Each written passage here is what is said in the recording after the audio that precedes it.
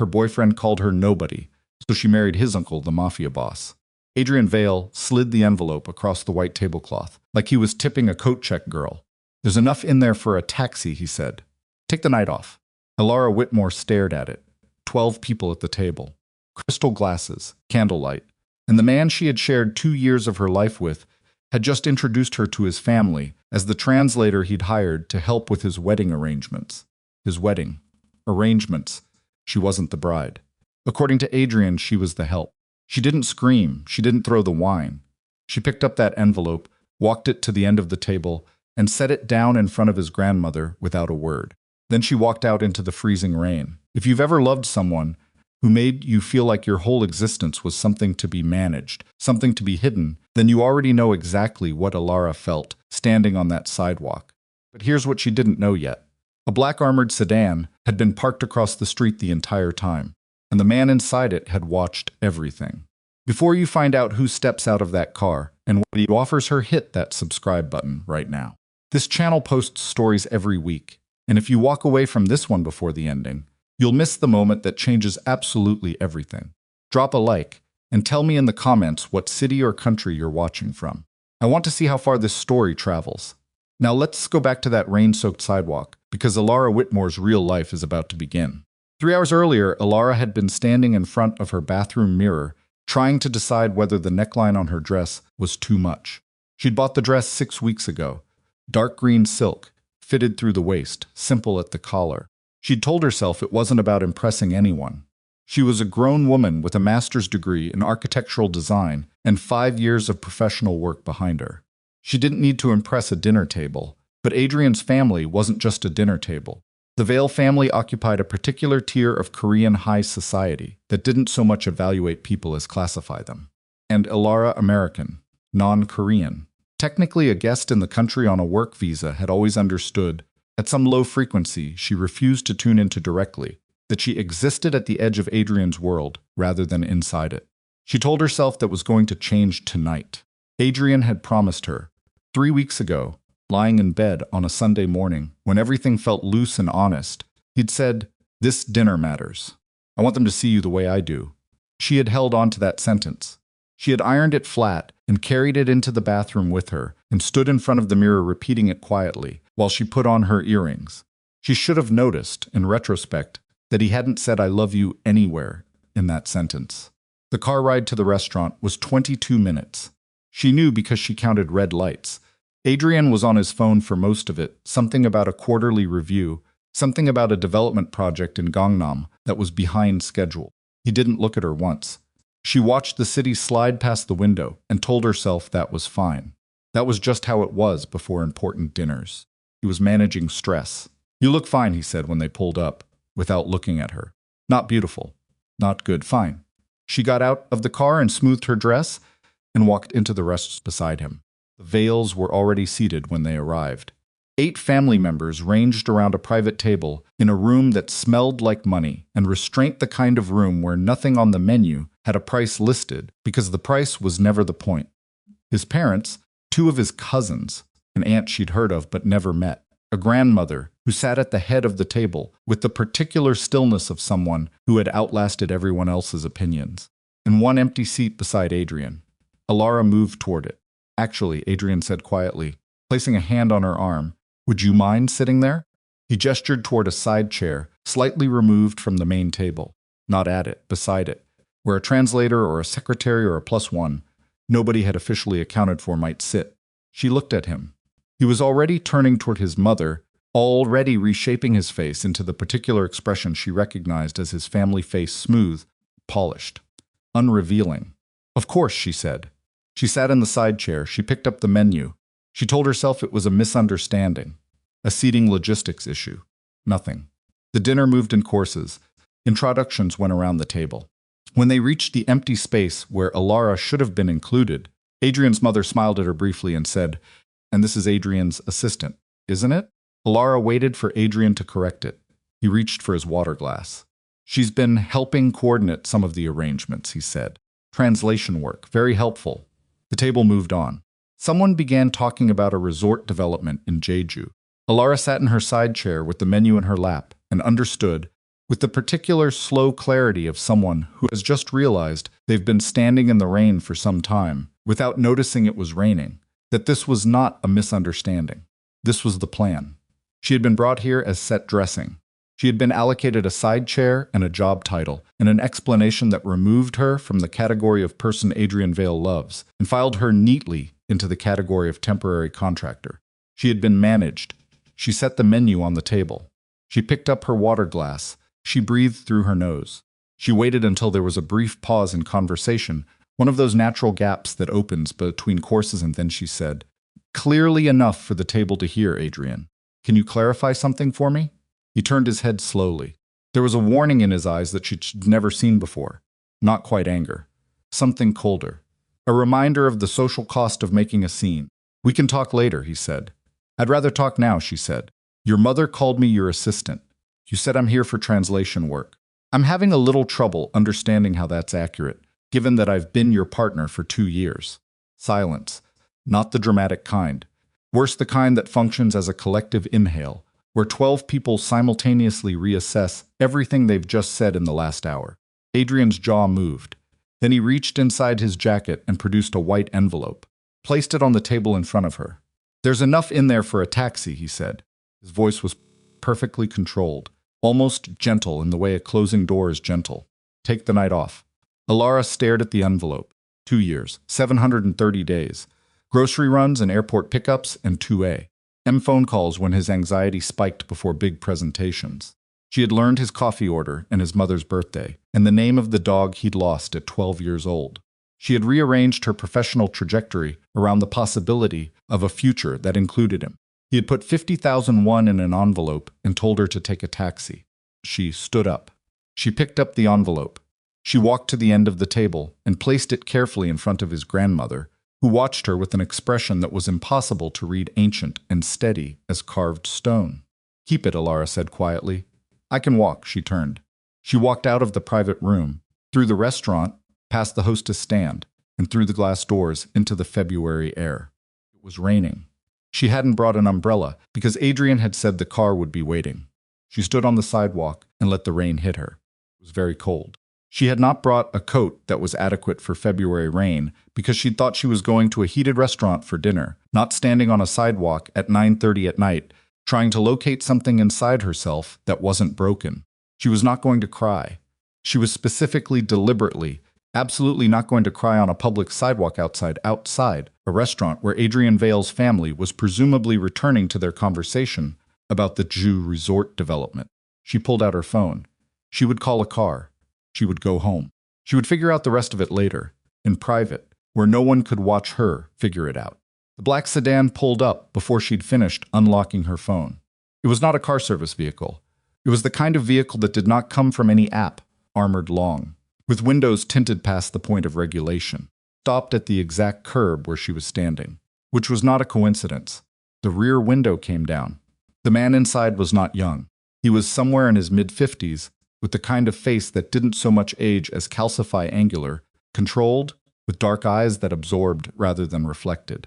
He wore a suit that cost more than Elara's monthly rent. He had a glass of something in one hand, and he was watching her with an expression that wasn't sympathy exactly, more like recognition. "You're wet," he said. "I'm aware," Elara said. "Get in." "I don't get into cars with strangers." "Silas Cade," he said. "Adrian's uncle. I was inside until 15 minutes ago. I watched what happened." She stared at him, Silas Cade. She knew the name. Everybody in Adrian's orbit knew the name, the chairman of Cade International, the family's most powerful member, the man that Adrian spoke about in one of two ways, with either careful reverence or careful distance, depending on who was listening. He occupied a tier of the Korean business world that most people only interacted with through news coverage. He was also, she now understood, the man who had apparently been sitting in this car in the rain, watching a private family dinner through a restaurant window. "Why were you watching?" she said. "I had an invitation," he said. Declined. "I watched from here instead. Old habit." He tilted his head slightly. "Are you going to stand in the rain, or are you going to get in the car?" Elara looked at her phone, looked at the rain, looked at this man in his armored sedan who was watching her with the calm certainty of someone who had already decided how this conversation was going to go. She got in the car. The interior was warm. It smelled like leather. and something faintly cedar adjacent. A driver sat in front, separated by a partition. Silas offered her a folded cloth, not quite a towel, more like a high-end face cloth, and she took it and pressed it to her face without speaking. He does that, Silas said. She looked up. Adrian. He compartmentalizes people, keeps them in separate rooms of his life, so none of them become inconvenient to the others. He swirled the glass in his hand. He's done it since he was 19. I've watched him do it to 3 women before you. You lasted longer than any of them. That's not comforting, Elara said. It wasn't meant to be. He studied her. You placed the envelope in front of my mother. She seemed like she was in charge. Something shifted in his face. Not quite a smile, more like the beginning of the movement that would eventually become one if he let it. He didn't let it. She is, he said. What's your name? He didn't mention me in there at all, and now you're asking my name. There's something slightly surreal about that. Your name, he said again. Not impatiently. Just steady. Elara Whitmore. What do you do, Elara Whitmore? Architecture. Structural design. I'm currently working on an adaptive reuse project in Mapo Gu. 3 years into a 5-year professional development track. She heard herself reciting it and understood, with some distance, that she was in mild shock, and her mind had defaulted to the professional summary she gave at industry events, because it was the one part of her identity that felt solid right now. Silas was quiet for a moment. What do you want, he said. She turned to look at him directly. Right now? In general. From your life. That's a very large question to ask someone who just had a very bad dinner. Yes, it is. She was quiet for a moment. The rain came down on the roof of the car, with a sound like applause for something that hadn't happened yet. I want to build something that lasts, she said. I want to design a building that someone walks into and feels bigger than they did when they came in. I want to do it without someone deciding that my career is less important than their comfort. She paused. And I'd like at some point to stop being treated like a footnote in other people's lives. Silas set his glass down. I have a proposition, he said. She waited. Marry me, he said. Contractually, 1 year. The rain kept going. A motorcycle cut across an intersection somewhere outside. Claire sat in the warm interior of an armored car owned by a man she had met 8 minutes ago and tried to locate the part of her brain responsible for rational evaluation. You're serious, she said. I'm always serious. You watched me get humiliated at a dinner table through a restaurant window, and your response is to offer me a marriage contract. My response to watching you handle humiliation with more dignity than anyone in that room, including every adult member of my family, is to offer you a marriage contract. He turned to face her fully for the first time. I have been pressured by my family to marry for years. They want a strategic match, someone who extends their political reach, reinforces their social position. I have refused every candidate they've proposed because I refuse to be managed. A beat. You understand exactly what I mean by that, she did. What do I get, she said. Protection. My name, which in this city is more useful than most people's entire network. Financial backing for your architectural career. I have 3 development projects that need a structural design lead who isn't already on someone's payroll. And the opportunity to walk back into that family as someone they cannot dismiss. She absorbed this. That last part, she said slowly. It's bait. It's accurate. It's bait designed specifically for someone who just spent 2 years being Adrian Vale's secret. He did not deny it. Why me specifically, she said. You could hire someone, pay someone to be the perfect contractual wife. Why would you choose a woman you watched for 8 minutes through a restaurant window? Silas Cade looked at her for a long moment. The city moved outside the car. The rain showed no sign of stopping. Because you put that envelope in front of my mother, he said. You didn't throw it. You didn't scream. You didn't perform your pain for that room. You walked it to the end of the table, and you set it down and you left. He paused. I have been surrounded my entire adult life by people who perform, who calculate their emotion for maximum return. I have not, in recent memory, seen someone genuinely not care about the cost of keeping their dignity. I cared, she said. I was very aware of the cost. I know, he said. That's the difference. Elara looked at her hands. Her nail polish had a small chip in the corner of her right thumbnail. She'd noticed it in the bathroom mirror and decided it was too small to fix, and now it was the thing her eyes kept finding. 1 year, she said. 1 year, and my career is mine. My projects, my decisions, you finance, you don't direct. Agreed. And if I decide I want out before the year is up, you can leave, he said. I won't hold you to anything you don't choose. She looked up at him. There was nothing soft about Silas Cade's face.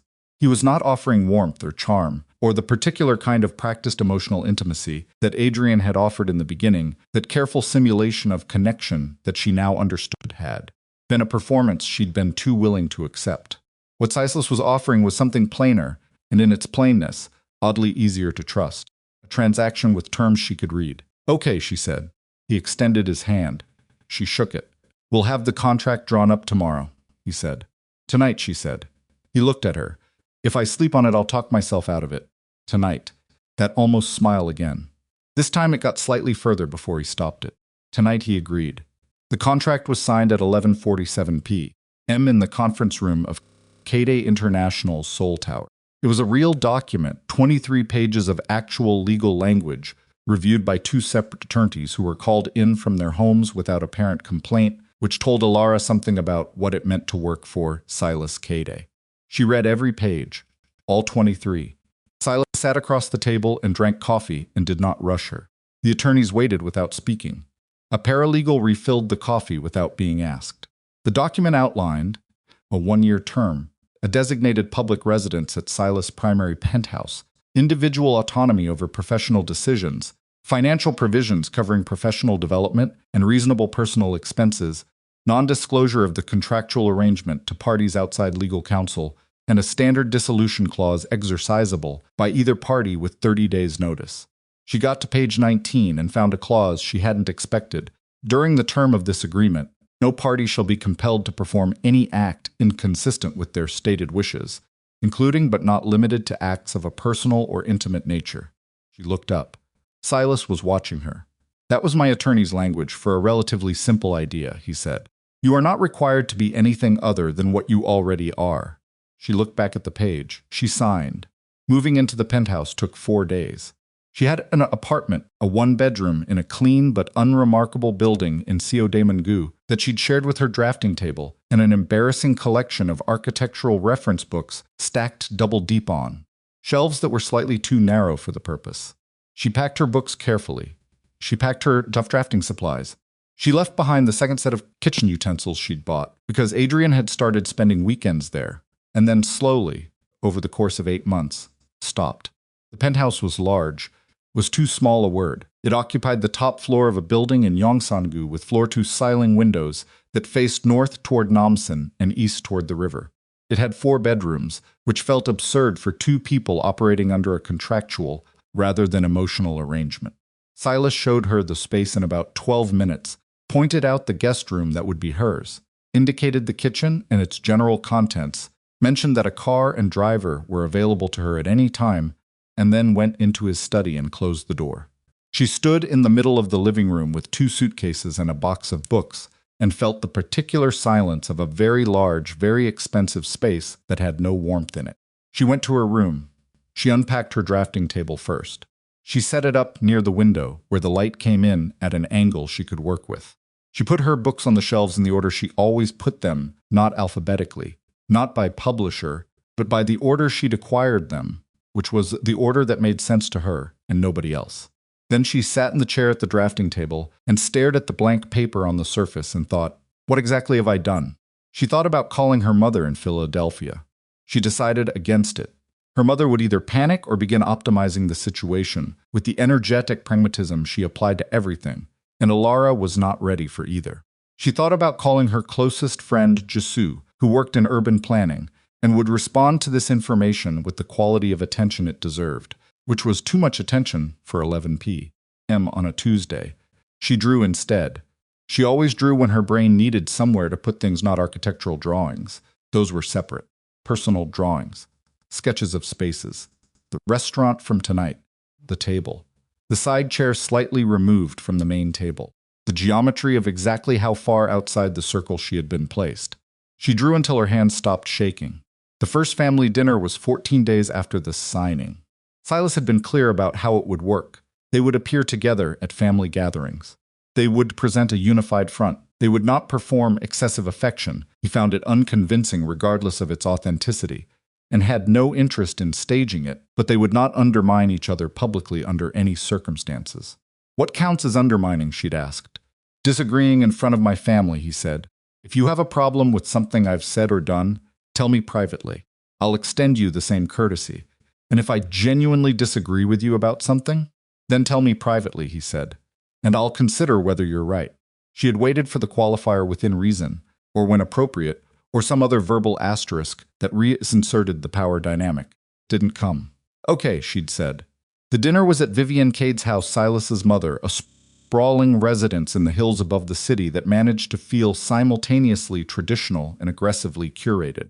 Elara wore a dress she'd bought herself, dark blue, tailored at the waist. She did not ask Silas's opinion of it. He didn't offer one. In the car on the way there, he told her two things. My mother will test you. She will do it politely. Don't be polite back. What does that mean? It means that polite responses read to her as uncertainty. She respects people who hold ground. He looked out the window. The second thing, Adrian will be there. Elara had suspected this. She had prepared for it, in the abstract way you prepare for root canal work, acknowledging necessity without enjoying anticipation. Okay, she said. If he speaks to you, you don't owe him anything. I know.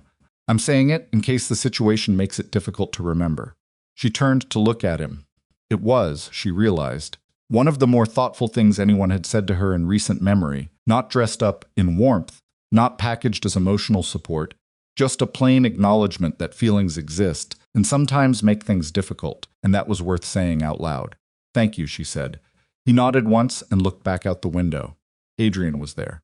He was standing near the fireplace when they arrived, holding a glass of red wine, and the moment he saw Elara walk in on Silas's arm, the color left his face in a way that was deeply satisfying, and then immediately complicated, because Elara had not expected to feel complicated. She had expected to feel triumphant. Instead, she felt something closer to grief, the last of whatever idealized version of Adrian she'd carried with her, dissolving on contact with the real version standing by the fireplace, looking like he'd been caught at something. Came over. Of course he did. The whole room was waiting to see it. Elara, he said. He stopped. Started again. I didn't realize you would be here, Silas said. His voice was absolutely pleasant. Why wouldn't she be here? She's my wife. The word wife fell into the room like something solid being dropped onto marble. Everyone heard it land. Adrian looked at his uncle. Something moved through his face, jealousy, confusion, a particular wounded pride that Elara recognized from the 2 years she'd spent misreading it as passion. He started. Adrian, Silas said, with the particular quiet finality that Elara would come to understand was his version of a closed door. Not tonight. Adrian stepped back, and at the end of the table, Vivian Cade sat watching all of it, with an expression that gave away absolutely nothing, which Elara was already beginning to understand meant she was taking extensive mental notes. The next 6 weeks moved in a rhythm that Elara had not expected, functional, strange, and surprisingly workable. She spent her days at the architectural firm, where she'd been contracted for the Mapogu project, which was now supplemented by an introduction from Silas to a development group overseeing a mixed-use complex in Dongdaemun, a structural assessment role that was exactly the kind of project she'd been trying to get access to for 3 years. She did not ask Silas to make introductions. He made them once, plainly, over breakfast. I've told Jung-hyun at Terraform Group to expect your call. The Dongdaemun project needs someone who isn't already compromised by their existing client relationships. I told him you weren't. She called Jung-hyun. She got the role on the strength of a 90-minute technical conversation that had nothing to do with Silas beyond the initial introduction. She worked. She came home late. She made herself tea in the kitchen and stood at the counter looking at her notes. And sometimes, when she'd been there an hour or so and forgotten anyone else was home, she'd look up and find Silas already in the kitchen, making coffee at 11 p.m., like a person with no relationship to conventional sleep schedules. They developed, without discussing it, a kind of parallel coexistence in the kitchen at late hours. He read things, reports, documents, things she didn't ask about. She drew or reviewed plans. They occasionally spoke. Not about significant things, initially. About the coffee machine, which had a setting she couldn't identify. About a news item. About the traffic pattern on the Mapo Bridge, which she'd been thinking about for the Dongdaemun structural assessment. He knew a surprising amount about structural load theory, for someone who ran an international conglomerate. My father built things, he said once, when she'd remarked on it. Before the business got large enough to require someone who only managed things, he built actual structures. I used to follow him to sites when I was young. He said it like a fact, not a confidence, but she tucked it away anyway. She noticed sometime around week 4 that he had quietly had her drafting table moved from the small guest room into a larger space adjacent to the study with better north-facing light. He hadn't mentioned it. She came home to find it there and spent a full minute staring at it, trying to decide how she felt. She felt something she wasn't ready to name yet. The architectural gala was on a Thursday in March, and Elara went because the Dongdaemun project was being presented as part of a panel on adaptive urban development, and she was the structural lead, not because she wanted to attend a gala. Silas came because, as he said with complete flatness, he attended 3 of these per year and had already committed to this one. They arrived separately. He had a prior engagement, and she spent the first hour working the room with the focused efficiency of someone who understood that professional visibility was a resource you cultivated deliberately. She talked to 3 developers, 2 urban planners, a city official who was quietly influential in the permitting process, and a journalist from an architecture publication who was doing a feature on adaptive reuse. Then the terraform proposal was presented. It was a big project, ambitious, expensive, designed by a prestigious firm, with a brand name that preceded it into every room. The lead architect presented with the confidence of someone who had never had a proposal seriously challenged. Elara stood in the back and listened, and somewhere around the 12-minute mark, she realized something was wrong. Not aesthetically. The design was beautiful. The renderings were extraordinary. But the structural load calculations for the adaptive reuse component, the section where the historic building's original frame was being integrated with new construction, were built on an assumption about the original frame's load-bearing capacity that was not supported by the building's actual construction date and typical specifications for that period. It wasn't a subtle error. It was the kind of error that passed review when everyone in the room trusted the firm's reputation more than their own technical read of the numbers. She didn't decide to say anything. It came out of her. "Excuse me," she said from the back of the room. "On the structural integration, the load-bearing assumptions for the original frame. Those numbers are predicated on a 1960s reinforcement standard, but the building was constructed in 1953. Can you confirm what source documentation you used for the original frame specifications?" The room turned. The presenter looked at her with the particular expression of someone trying to decide whether they were being challenged by someone worth acknowledging. "The specifications are based on our engineering team's assessment," he said. "I understand that," Elara said. "My question is about the documentation. Buildings of that era in that district frequently used a reinforcement ratio that's significantly lower than the 1960s standard your calculations appear to assume. If your team assessed the actual frame, you would have those records. I'd be interested in seeing them." A long pause. "That's a conversation for the technical review stage," the presenter said. "Yes," Elara said, "it usually is." She sat down. Around her, the room had shifted slightly, the kind of shift that happened when someone said something that couldn't be unsaid, that would now require verification, that had made the invisible visible. She became aware, about 30 seconds later, that Silas had arrived and was standing near the side wall. She became aware, about 30 seconds after that he had been watching her. She didn't look at him. She was thinking about the load calculations. Later outside, waiting for the car, Silas came to stand beside her. "You made Park Junseo's team look at their own documentation. For the first time in probably 6 months," he said. "Someone was going to," she said. "That frame failure scenario isn't hypothetical. It's the kind of thing that gets people hurt in 20 years if it goes into construction uncorrected." "I know," he said. "The car came. They got in." "You didn't look at me," he said after a moment. "When?" "In the room, after you said it." Everyone looked around. "You didn't." "I was thinking about the calculation." He was quiet. Outside the window, Ole moved past in its nighttime arrangement, bright and layered and indifferent to the particular small drama happening in the back of a sedan. "You don't need the room to confirm you were right," he said. "It wasn't quite a question." "I'm not always right," she said. "But this time I was, and I knew I was, and the room's opinion of whether I should have said it wasn't going to change the structural fact." Silas looked out his window. Something was different in the car. Not large. Just the faint pressure difference of a room where the temperature has changed by 2 degrees enough to notice if you were paying attention. She wasn't ready to pay attention yet, but she noticed. Adrian called her on a Tuesday. She didn't answer. She looked at the name on the screen until it stopped ringing, then set the phone face down on the desk and went back to the Dongdaemun load analysis she was in the middle of. He called again that evening. She picked it up. "What do you want, Adrian?" "To talk." His voice had the particular quality she remembered from his apology-adjacent moments, not quite contrite, more like carefully calibrated. I think you're making a mistake. I often make mistakes, she said. Currently I'm not making one. My uncle is using you. She looked at the ceiling. I'm aware of the nature of our arrangement, Adrian. What I am not aware of is what makes you think any part of this is your business. Because I know him, Adrian said. He does this. He acquires things. People, companies, whatever is useful. And when they stop being useful, Adrian.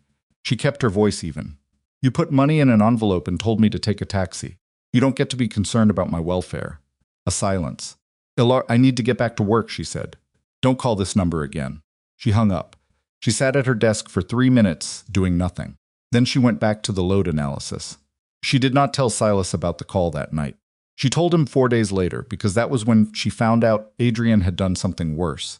A colleague at the Mapogu firm mentioned it as a passing comment. Someone had submitted an inquiry to the licensing board, suggesting that Elara might have accessed confidential client files without authorization. Nothing formal yet, just an inquiry. The kind of thing that could evaporate or could become something serious depending on how it was handled and who was paying attention to it. It would not evaporate on its own. Elara understood that immediately. She told Silas that evening in the kitchen, standing at the counter with her tea gone cold in her hand. He listened without interrupting. When she finished, he was quiet for a moment. Who submitted the inquiry, he said. I don't know who did it officially. But I know who, Silas said. She looked at him. He called 3 people I know of trying to find something to use, Silas said. His voice was the same as always. Controlled, even. But underneath it, she felt something she hadn't felt before, not anger exactly. More like the quality of stillness that precedes a decision. Silas, I'll handle it, he said. I can handle it. I know you can, he said.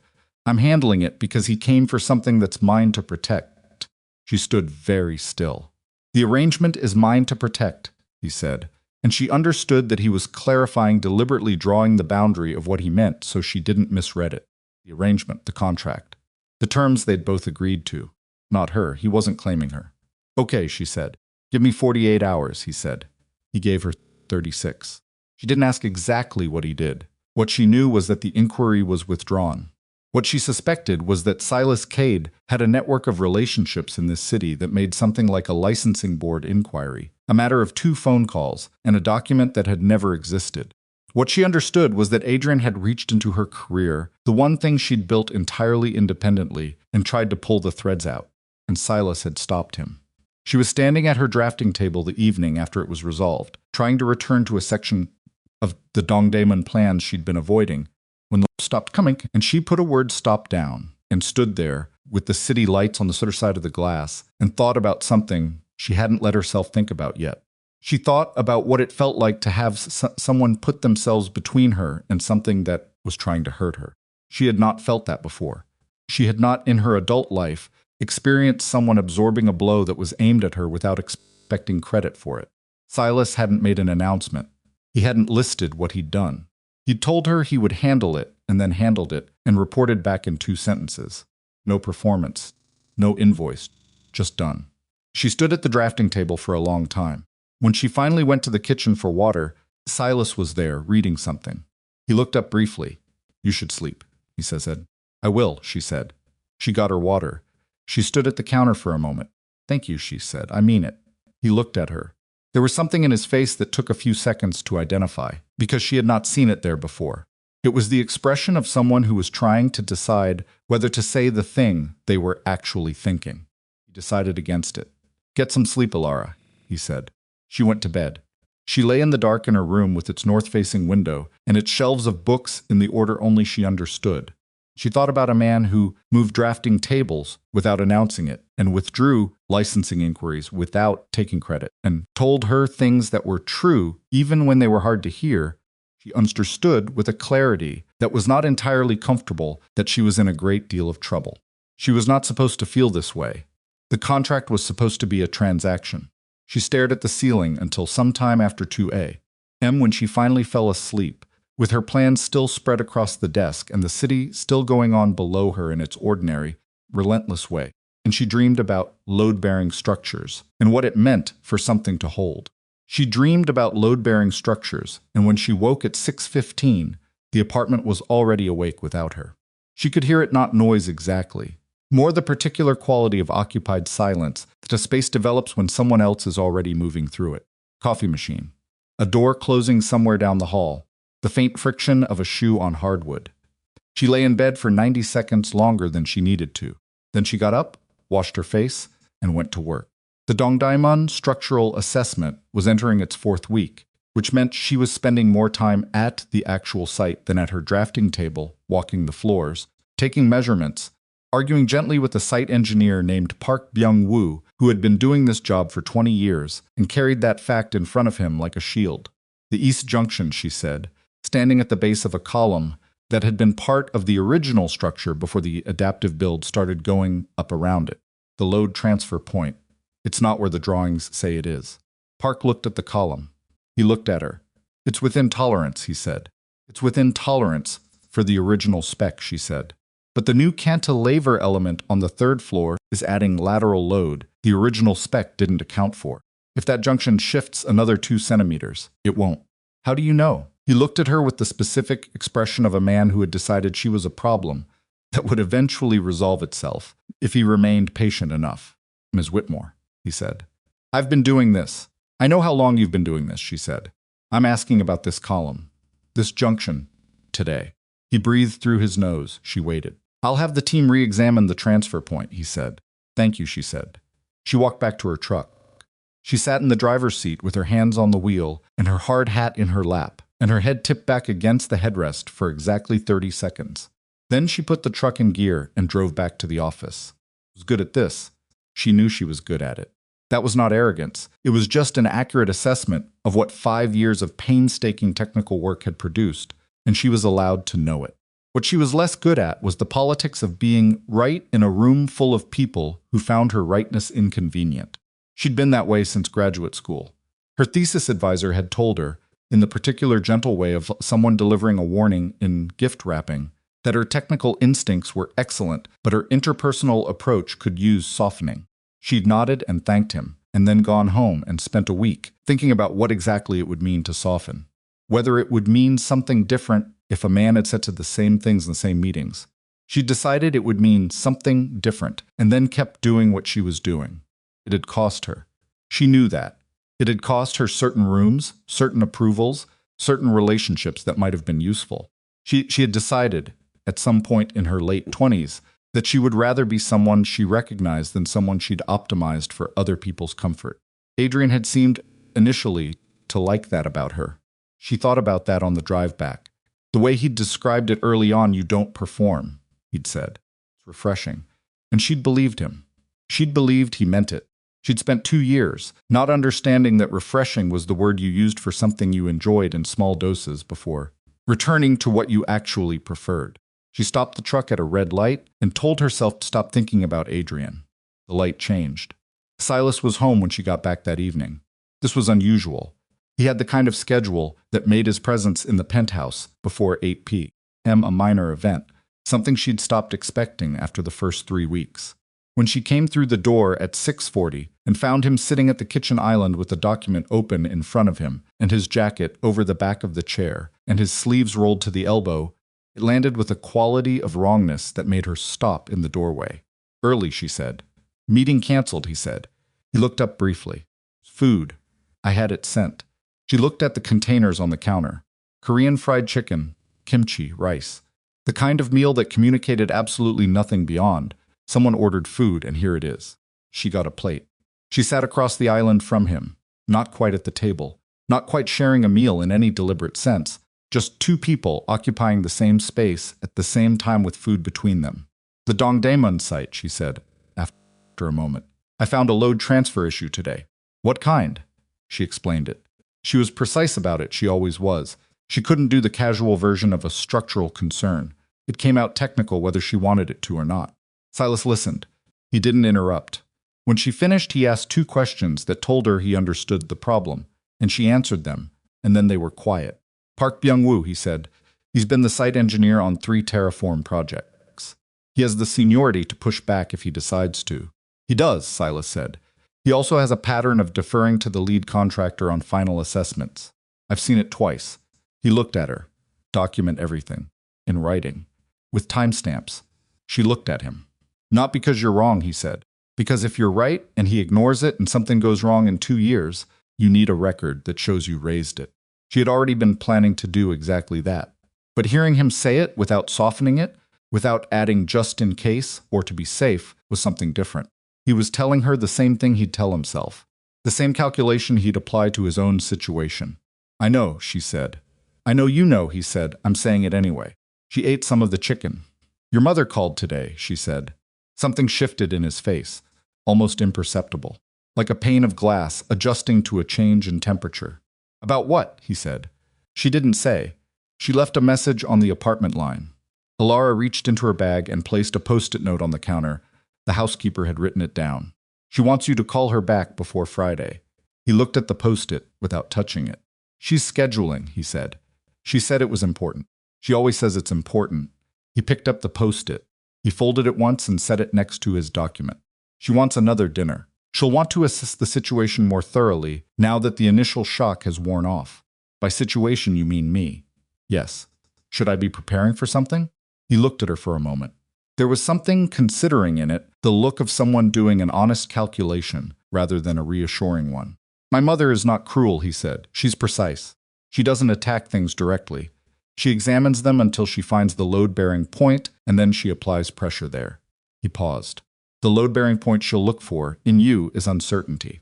Any sign that you're unsure of your position. I'm not unsure of my position, Elara said. I know, he said. I'm telling you what she'll look for. And if she doesn't find it? Something in his jaw moved, not quite a smile, more like the muscular memory of one. Then she'll move on to the next approach, he said. But the first test is always that one. Elara finished her food. She washed her plate. She stood at the sink for a moment, looking at the counter. Silas, she said, yes. Thank you for the food. The housekeeper ordered it. I know, she said. But you told her to. He didn't confirm it. He picked up his document and returned to reading it. She went to her room. She sat at her drafting table and looked at the north-facing window and thought about a man who wouldn't accept credit for small things. And she drew without deciding to not architecture. Just lines. Just the geometry of what it looked like when someone took up space in a room without demanding anything from it. She looked at the drawing for a long time after she finished. Then she put it face down on the table and went to bed. Adrian showed up at the Terraform office on a Wednesday. She saw him through the glass wall of the conference room, where she was in the middle of reviewing revised load calculations with 2 of the junior engineers. He was talking to the receptionist. He had his hands in his pockets and his head tilted at the particular angle he used when he wanted to seem casual. It was practiced. She'd seen it 1,000 times, and she had no idea how long she'd believed it was natural. She kept her eyes on the calculation sheet in front of her. Ms. Whitmore? One of the juniors, the revision on grid line C7. Close, but it's not right yet, she said. The cantilever correction needs to come down another 6 millimeters. Run it again. She did not look at the glass wall again until she heard the conference room door open. Adrian walked in. Both junior engineers looked up. The room went very slightly wrong, the way rooms do when someone enters them who is not supposed to be in them. Elara, Adrian said, "This is a closed review," she said. "How did you get in here?" "I told reception I was with the Vale Development Group. We have a subcontract relationship with Terraform." He said it with the calm confidence of someone who had decided in advance that this was reasonable. "That doesn't give you access to active project reviews," she said.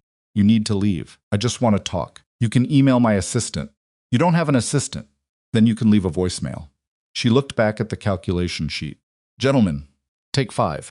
Get some coffee." The junior engineers gathered their things with the particular focused efficiency of people who desperately wanted to be somewhere else and were grateful for permission. They filed out. The door closed. Elara set down her pencil. "What?" she said. Adrian moved a few steps further into the room. He looked around at the drawings on the table. The calculations spread across every surface, the evidence of a week of focused work. Something moved through his face. "This is real," he said. "All this. Did you think it was decorative?" He stopped. "You were always working." "I just did." He stopped again. "Pay attention," she said. "Yes." He looked at her. The calculated casualness was gone. Now something rawer underneath it. Something she might have called genuine, if she'd still been in the habit of reading him generously. "How did this happen?" he said. "You and Silas? You happened," she said. "You and the envelope happened. He's using you, Elara." I know how he operates, Adrian. She kept her voice level. She kept her hands still on the table.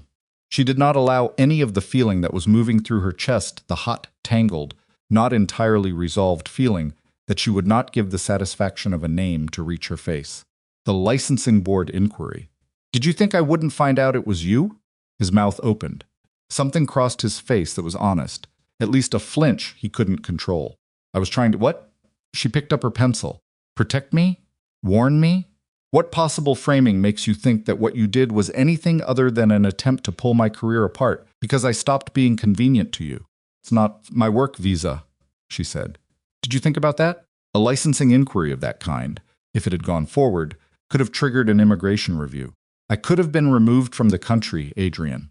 From a country where I have built 5 years of professional work. Her voice was steady.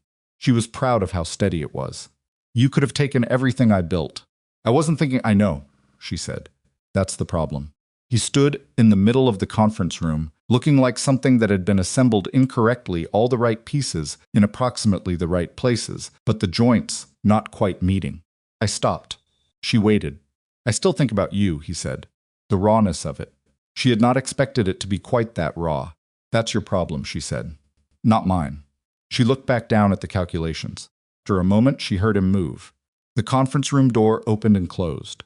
She sat with her pencil over the paper and did not move for 30 seconds. Then she picked up her phone and sent Silas a message. He came to the Terraform office.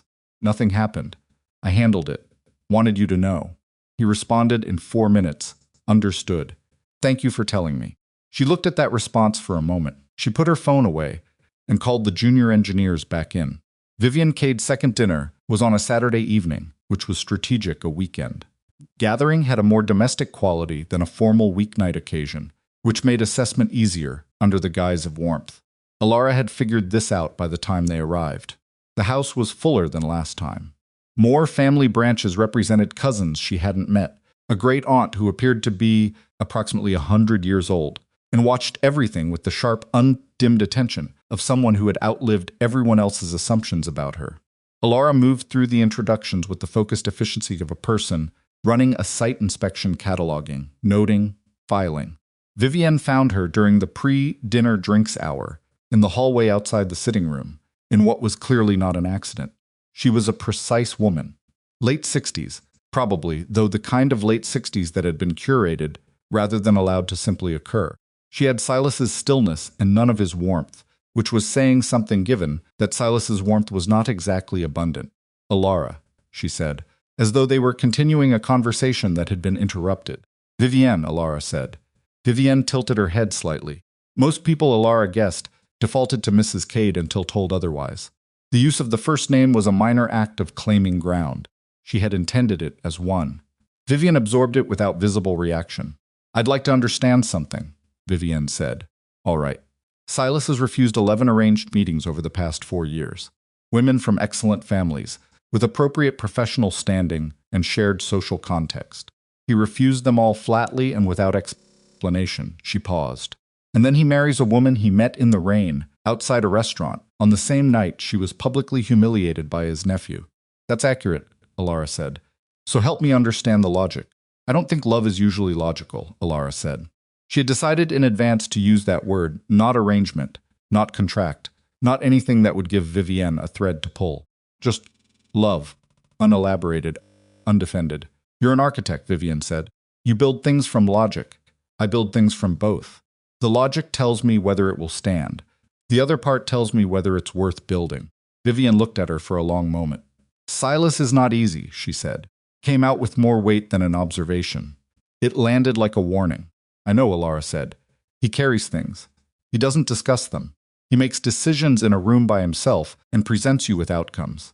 He has ended relationships for reasons he has never fully explained to anyone. You're telling me this to discourage me, Elara said. I'm telling you this because if you're going to be in his life, you should know what his life is, Vivienne said. I'm not his enemy, I'm his mother. I've watched women try to reach him for 30 years. She paused. Most of them stopped trying long before he wanted them to. I'm not trying to reach him, Elara said. I'm trying to be in the same room as him as accurately as I can manage. That's different. Vivienne's expression shifted. Not warmth, she didn't think this woman did warmth. Exactly. more like recalibration. The expression of someone updating a variable. My son did not choose any of those 11 women, Vivian said. No, Elara agreed. He chose you. He did. A pause. I want to understand why, Vivian said. And the particular quality of the sentence, stripped of its earlier precision, containing something almost honest, told Elara that this was the real question, not an attack. A genuine attempt to understand a choice this woman had not anticipated. I think, Elara said carefully, you'd have to ask him. Vivian looked at her for another moment. Then she inclined her head slightly, not agreement, not acceptance, but the end of the first round of something that had more rounds to come, and moved back toward the sitting room. Elara stood in the hallway and breathed for a moment. Then she followed. Silas found her after dinner, on the back terrace.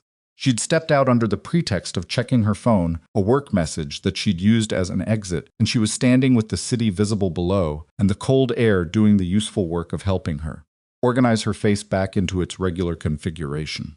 He came out without his jacket, which meant he'd followed her quickly. How was it, he said. Your mother is not what I expected. Did you expect?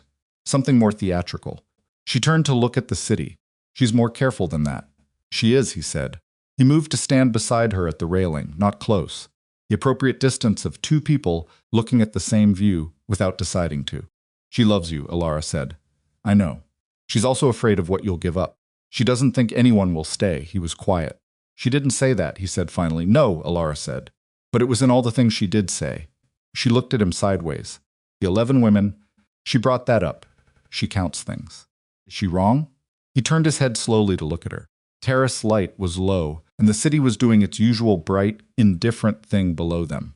And his face in that light had the particular quality of something stripped to its actual components. No, he said, she's not wrong. Did you end it, or did they? Some of both, he said. Mostly me. Why? He was quiet long enough that she thought he might not answer. Cold came in across the terrace. She was adequately dressed for it. Barely. Because I could feel it becoming performance, he said. For them, the calculation in it. What being with me meant for their family, their position. I could feel the moment it happened when I shifted from being a person to being an asset. He looked back at the city. I'd rather be alone than managed. She thought about the envelope on the tablecloth, the taxi fare, the side chair. I know what that feels like, she said. I know you do, he said. They stood there for a moment in the cold without speaking, and it was not an uncomfortable silence. It was the kind of silence that had something in it, the kind you got in buildings, when the structure was sound and carrying weight without effort, and you walked through it and felt without necessarily knowing why, that you were safe. She was getting into trouble. She knew that. She'd known it since the drafting table that had been moved without announcement. She'd known it more clearly after the licensing inquiry. She was standing on the terrace of his mother's house, in the cold with the city below them, and she was getting into serious trouble. We should go back in, she said. Yes, he said. Neither of them moved for another moment. Then they went back inside. The trouble arrived in a different form 2 weeks later, and it arrived with information. Jisoo called her on a Thursday evening. Jisoo, who worked in urban planning, who knew everyone in Seoul's development world, who had the particular combination of professional access and personal loyalty that made her the most useful person Elara knew. I need to tell you something, Jisoo said, and I need you to not react immediately. Elara set down her pencil. Tell me, the licensing inquiry. The one that was withdrawn. Yes, I've been hearing things. From 2 separate sources, different circles. It wasn't just a one-time move. Jisoo's voice was careful. Someone has been asking questions about you. About your immigration documentation.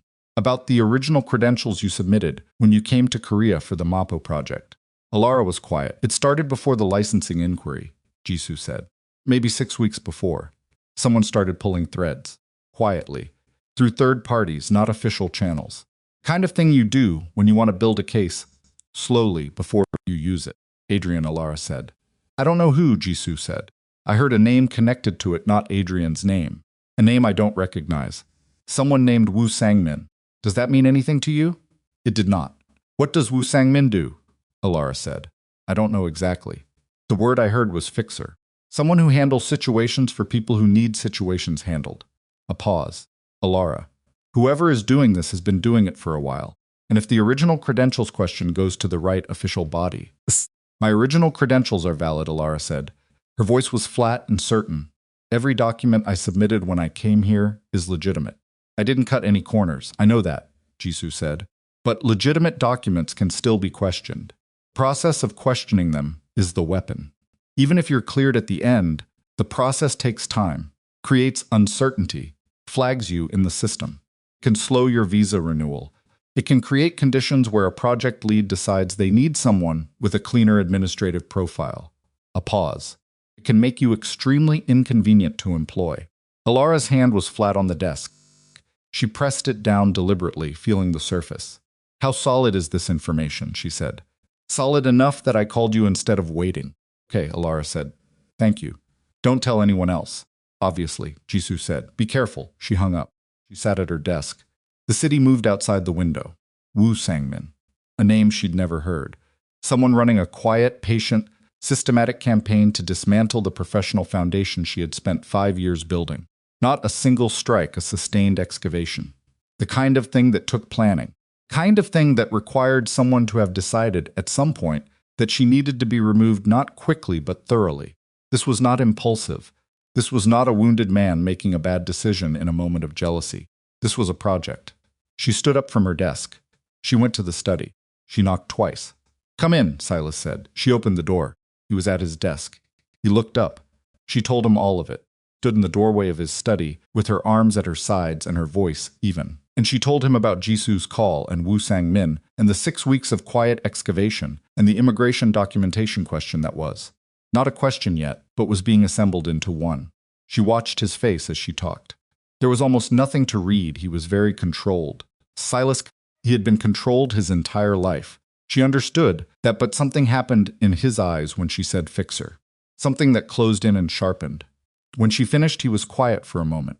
Woo Sang-min, he said. Do you know him? I know of him, Silas said. His voice had the particular quality of someone being careful with information, not hiding it, just handling it precisely. He's been operating in this city for about 8 years. He works for people who need problems managed outside of official channels. Who does he work for now? Silas looked at her for a long moment. I don't know yet, he said, but I will, Silas. This is no longer about the licensing inquiry, he said. He stood. When he was standing, the room felt different, not smaller exactly. More like the weight distribution had shifted. That was an impulsive move. What you're describing is a strategy. Someone has been building this since before the inquiry, which means the inquiry was a test, to see if you'd fold, to see what it would take. His jaw set. You didn't fold, and now they're escalating, she said. Yes. She stood in the doorway with her hands at her sides and looked at him across the study. This goes to immigration, she said. If my documentation gets flagged, even temporarily, you don't know that. I will know it, he said. By tomorrow. The certainty of it. Not arrogance, something else. The particular quality of a person who understood exactly what resources they had available and had already begun calculating how to deploy them. There's something you should know, he said. She waited. I've had my own people looking at the inquiry for the past week, he said, since it was withdrawn. I didn't like how clean the withdrawal was. It was too easy. It came down without resistance, which means whoever submitted it expected it to come down. It was a feint. You knew, she said. I suspected. You didn't tell me. I didn't have anything concrete to tell you, he said. I don't bring you incomplete information. She absorbed this. There were 2 things happening in her chest simultaneously. One was a hot, wire-tight anger at not being told, and the other was a smaller, more complicated thing. He hadn't told her because he hadn't wanted to worry her with something unconfirmed, which was not the behavior of a man who saw her as a contract term to be managed. Tell me when you have something concrete, she said. Even if it's incomplete, I need to know. He looked at her. Yes, he said. All right. Whatever you find out about Woo Sang-min, I'll tell you first, he said. She turned to leave. She had her hand on the doorframe when he said her name. She turned. This is not about the contract, he said. She looked at him. What's happening to you, what someone is trying to do to what you've built, that's not something I'm addressing because of the contract. I want to be clear about that. She stood in the doorway for a moment. Okay, she said. Her voice was steady. She was very focused on keeping it steady. Thank you for saying that. She went back to her room. She sat at her drafting table. She pressed her hands flat on the surface and looked at the city through the north-facing window and breathed. Her career, her immigration status, her professional credentials. 5 years of work built on a legitimate, documented, honest professional foundation, and someone had decided to dig under it. not impulsively, not as a wound reaction, as a plan. She thought about the timeline Jisoo had given her. 6 weeks before the licensing inquiry. 6 weeks before the inquiry meant she did the math it started, approximately 2 weeks before the dinner, before the envelope on the tablecloth, before she'd walked into the rain. Someone had started pulling threads on her before that dinner, before the public humiliation, before the sedan. She stood up. She went back to the study. She knocked. The timing, she said, when he looked up. Jisoo said the quiet investigation started 6 weeks before the licensing inquiry, which means it started. Before the dinner, Silas said. He had already done that math. So Adrian didn't decide to come after me because I married you, she said. He was already building something, Silas said. Before the dinner. Before I was involved. She stood in the doorway with that settling into her. He was ending things with me, she said. The dinner was the execution of a decision he'd already made. And before he made it publicly, he started a process to ensure that when he let me go, I wouldn't have enough stability to land on. Her voice was very quiet. He was going to discard me and make sure the landing hurt. Silas's face was still. Very still, that's what it looks like, he said. Stood there. Okay, she said. She went back to her room. She sat at the drafting table, and she did not draw, and she did not review plans, and she did not do anything except sit there and understand. With the slow, deliberate clarity of someone reading a structural analysis they had been avoiding, the man she had given 2 years of her life to had not simply been careless with her. He had planned for her removal the way you planned for a structural element you intended to replace quietly, in advance, ensuring the building would stay standing when the old piece came out. She had been an element, a temporary load-bearing element that he'd been engineering around for months before he told her. She pressed her hands flat on the drafting table. Her hands were shaking. She let them shake for a moment. She didn't try to stop it. Then she breathed in slowly and breathed out slowly. And when she lifted her hands, they were steady. She picked up her pencil. She opened her notebook to a clean page. She wrote at the top, Woo Sang-min, what he has, what he's looking for, what he found. She underlined it. Then she began to work, because working was what she did when everything else felt like it was coming apart. And right now, the structure she had built her professional life on was under a quiet, patient attack from a man who had smiled at her across a grocery store 2 years ago and told her that she was the most real person he'd ever met. She wrote until 2 in the morning. When she finally stopped, she realized the study light was still on down the hall. Silas was still at his desk. She didn't knock. She went to bed. But she lay in the dark thinking about a man who stayed up until 2 in the morning dealing with a problem that was, technically, no obligation of his that exceeded every term of the contract in every direction, and who had said to her, plainly, without decoration, this is not about the contract. She stared at the ceiling. She was in serious trouble, not the Woo Sang-min kind, the other kind. The kind that came from spending 3 months in close proximity to someone who moved your drafting table without announcement, and withdrew licensing inquiries without credit, and stayed up until 2 in the morning working on a problem that belonged to you, and realizing, with the terrible clarity of someone who has been trying very hard not to see something, that you had started to organize your understanding of safety around his presence in a way that had nothing to do with the contract you'd signed on page 23. She closed her eyes. The following morning, Silas's contact confirmed the identity of the person funding Woo Sang-min's operation. It was not Adrian. It was someone with significantly more resources, significantly more patience, and a reason for wanting Elara Whitmore gone from Seoul that had nothing to do with wounded romantic pride and everything to do with the marriage that was supposed to be a cold transaction and had quietly, without anyone deciding to let it happen, become something that certain people found extremely inconvenient. Silas came to her room at 7:15. He knocked. She opened the door.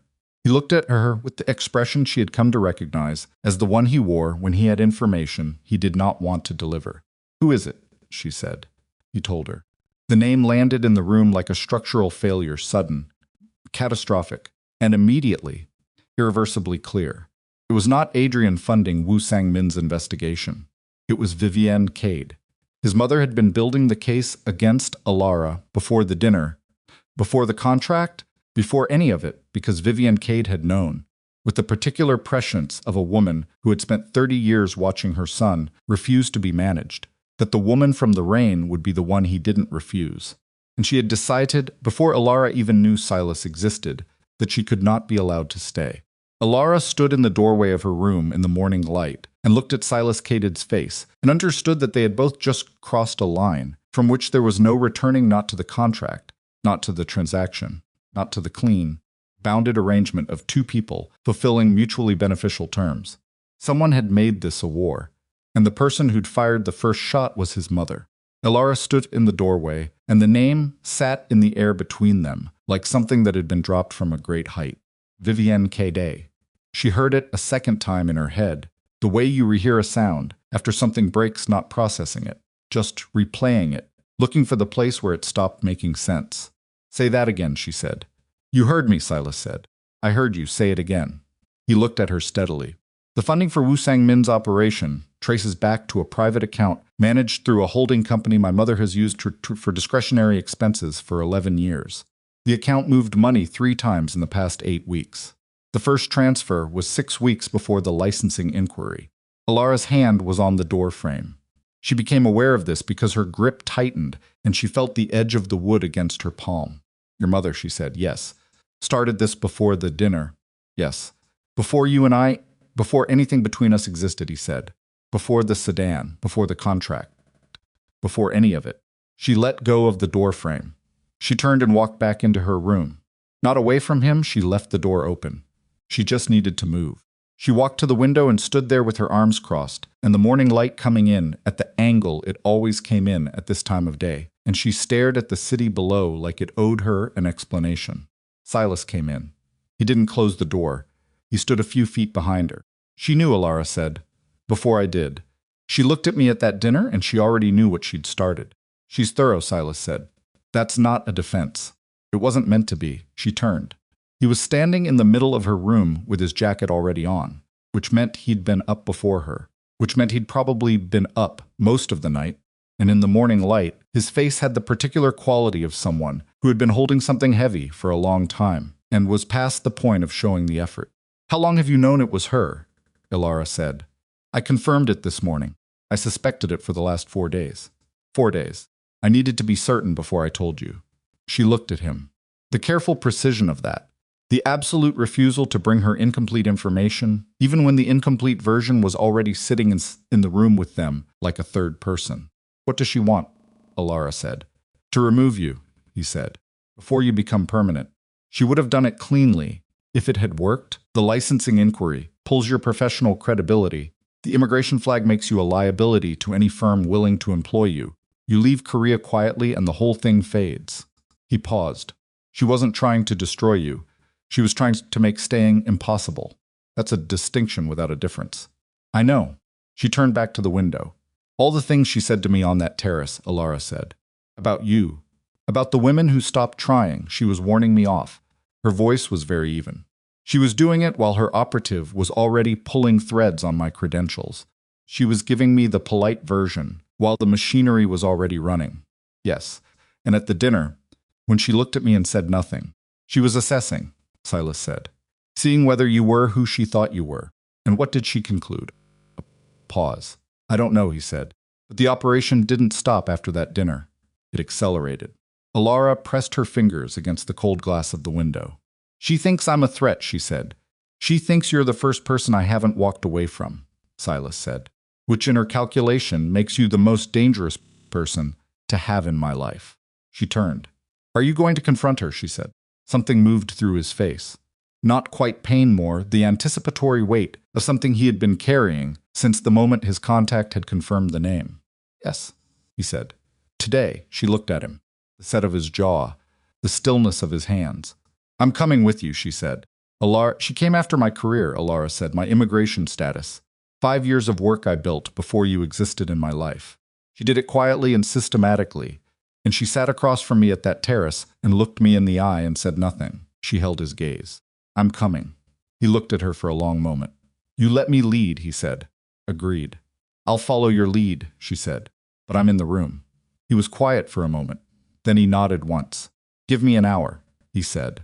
Vivienne Cade received them in her sitting room as though she'd been expecting them, which, Elara understood as she walked through the door, she probably had been.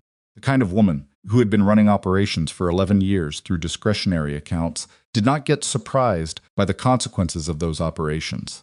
She got prepared for them. She was seated when they arrived. Tea already set. 2 extra cups which told Elara everything. "Silas," she said. Then her eyes moved to Elara, and something shifted in them, not quite guilt, more like the expression of a chess player who has had a gambit declined in an unexpected way. "Mother," Silas said. He sat, Elara sat. Nobody touched the tea. "Wu Sangmin," Silas said. Vivian set her cup down carefully. Her hand did not shake. "I don't know what you think you've found," she said. "I know what I've found," Silas said. "I'm not here to argue about whether it's accurate. I'm here because you're my mother, and I'm giving you the opportunity to explain it to me directly." Vivian looked at him for a long moment. Then she looked at Elara. "Would you excuse us?" she said. "No," Elara said. Vivian's eyes returned to Silas. "Silas, she stays," he said. His voice was quiet. It was the quietest she had ever heard it, which she now understood meant it was also at its most absolute. Vivian straightened slightly. A small adjustment. The recalibration of someone deciding to shift their approach. "I did what I believed was necessary," she said, "to protect this family." "From what?" Silas said. "From a woman we knew nothing about, who inserted herself into your life during a moment of family conflict and accepted a contractual arrangement that benefits her significantly. She did not raise her voice. She did not need to. I needed to know who she was, whether her credentials were what she claimed, whether her reasons for accepting were what she presented. You didn't investigate her," Silas said. "You built a case against her. There's a difference. I gathered information. You hired a fixer to manufacture conditions under which she could be removed from this country," Silas said. "That is not gathering information, Mother. That is a targeted operation against my wife." The word landed the same way it had at the first family dinner, like something solid dropped onto marble. Vivian absorbed it without flinching, but Elara watched something tighten in the older woman's eyes. "She is not your wife in the way that word implies," Vivian said. "She is my wife in every way that matters legally and publicly," Silas said. "And you knew that when you started this. I knew you were making a decision without thinking it through." "I think everything through," Silas said. "You know that." "Not this," Vivian said. Her voice shifted, not louder, but denser, the way stone is dense. "I have watched you for 30 years, Silas. I know every decision you've made, and how you made it, and what you were protecting when you made it. And I watched you come home from that dinner with this woman, and I knew you had made that decision with something other than your judgment." Silence. Elara kept her hands still in her lap. "So you decided to make the decision for me," Silas said. "I decided to preserve the option," Vivian said. "To ensure that when the arrangement concluded, as it was designed to conclude, there would be a clean exit available. No complications. No immigration entanglements. No professional disputes. Clean exit." "You were engineering her removal before the arrangement had been running for a month," Silas said. "Because a month was enough to see where it was going." "And where was it going?" Vivian looked at him steadily. "Somewhere you haven't been before." A long silence. Elara could hear her own breathing. She was working very hard on her breathing. "Stop the operation," Silas said. "All of it. Wu Sangmin, the documentation inquiry, everything that's been running. You will stop it today, and you will confirm to me by this evening that it has been stopped." Vivian's jaw set. "And if I don't," she said, "then I will call 3 board members I know you need for the spring vote," Silas said. "And I will tell them I can no longer guarantee my cooperation with the family investment structure, because there is a fundamental breakdown of trust within the family." He said it the same way. He said everything quietly, without performance. "I don't want to do that. I'm telling you I will." Vivian looked at her son for a long time. Then she looked at Elara. "You understand," Vivian said, "that I was not trying to harm you." Elara looked back at her. "You were trying to make it impossible for me to stay," Elara said. "You would have taken my career, my visa status, my professional standing. You would have done it through official channels, so it would have looked legitimate. You would have left me with nothing to stand on in a country where I have no family and no network, outside the professional one you were dismantling." She paused. "And you're telling me that's not harm?" Vivian held her gaze. "I'm telling you I didn't hate you," Vivian said. "There's a difference." "I know," Elara said. "It's the same difference your son pointed out to me earlier. I find it equally unpersuasive." Something moved through Vivian's face. And there it was not guilt, not remorse, but the particular expression of someone who has encountered something they did not expect to encounter and is revising their assessment in real time. "Stop the operation," Silas said again. Flat and final. Vivian set her teacup down. It will be stopped by this afternoon, she said. They drove back in silence for the first 15 minutes. Elara sat with her hands in her lap and watched the city move past the window and tried to identify what she was feeling. Not quite relief. Not quite anger, though the anger was still there, not hot anymore. More like something that had burned down to coals and would take a long time to fully cool. Mostly, she felt exhausted in a way that went below the body into something more structural, the kind of tired that came from spending months being careful and strategic and controlled in a situation that had been, from a very early stage, significantly more dangerous than it appeared. I'm sorry, Silas said. She looked at him. For her, he said, what she did. I'm sorry. She's my mother. The operation ran through my family's financial infrastructure. Sorry. She looked at him for a moment. His eyes were on the road outside his window, not on her. Thank you, she said. They were quiet again. The board threat, she said after a while. Would you have done it? He turned to look at her briefly. Yes, he said. That would have cost you. I know what it would have cost, he said. She turned back to the window. The city moved past in its layers, the old and new compressed together. Centuries of buildings stacked on each other in the way that cities did when they ran out of room to expand outward and started expanding inward instead. Silas, she said. Yes. What did she mean when she said she watched you make that decision with something other than your judgment? Pause. She meant what she said, which is, she thinks I chose you for reasons that are not primarily strategic, he said. Are they? The question sat in the car for a long moment. That's a complicated question, he said. I know, she said. You don't have to answer it. I know I don't, he said. He didn't answer it. She didn't push. She looked at the city and thought about complicated questions and the particular difficulty of asking them in situations where the honest answer changed the weight of everything around it. The operation stopped. Elara confirmed this through Jisoo. 3 days later, the inquiry threads had gone quiet. The document examination process that had been building in the background had been halted. Wu Sangmin had apparently moved on to other clients. The machinery stopped as if it had never been running.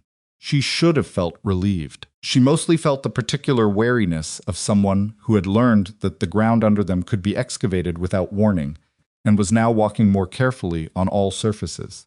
She went back to the Dongdaemun site.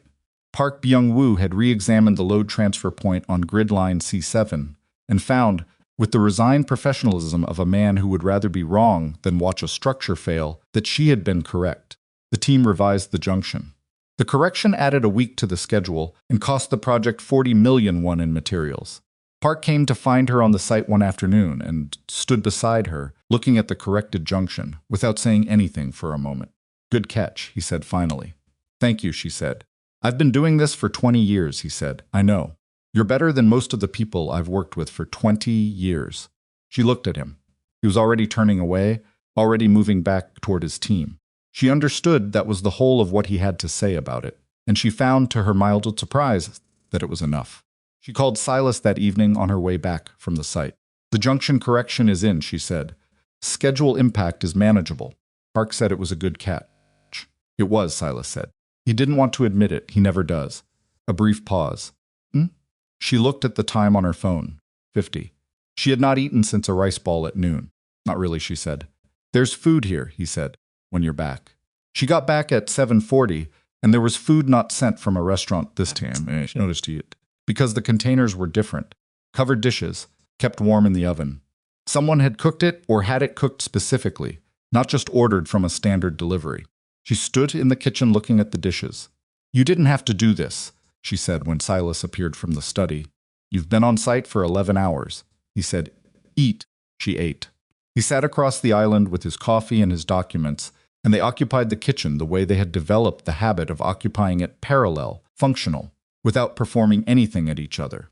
My mother called, he said after a while. Elara looked up. She wants to meet with you, he said. Without me.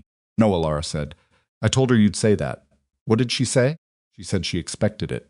He turned a page in his document. She said she'd try anyway. Elara ate some of the food. It was good, something her stomach identified as exactly what it needed, before her brain had processed what it was. Does she do this often? Elara said. Come around after she's done something. She comes around when she's decided to revise her position, Silas said.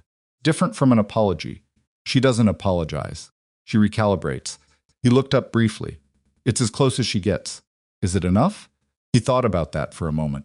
Her yes, he said usually.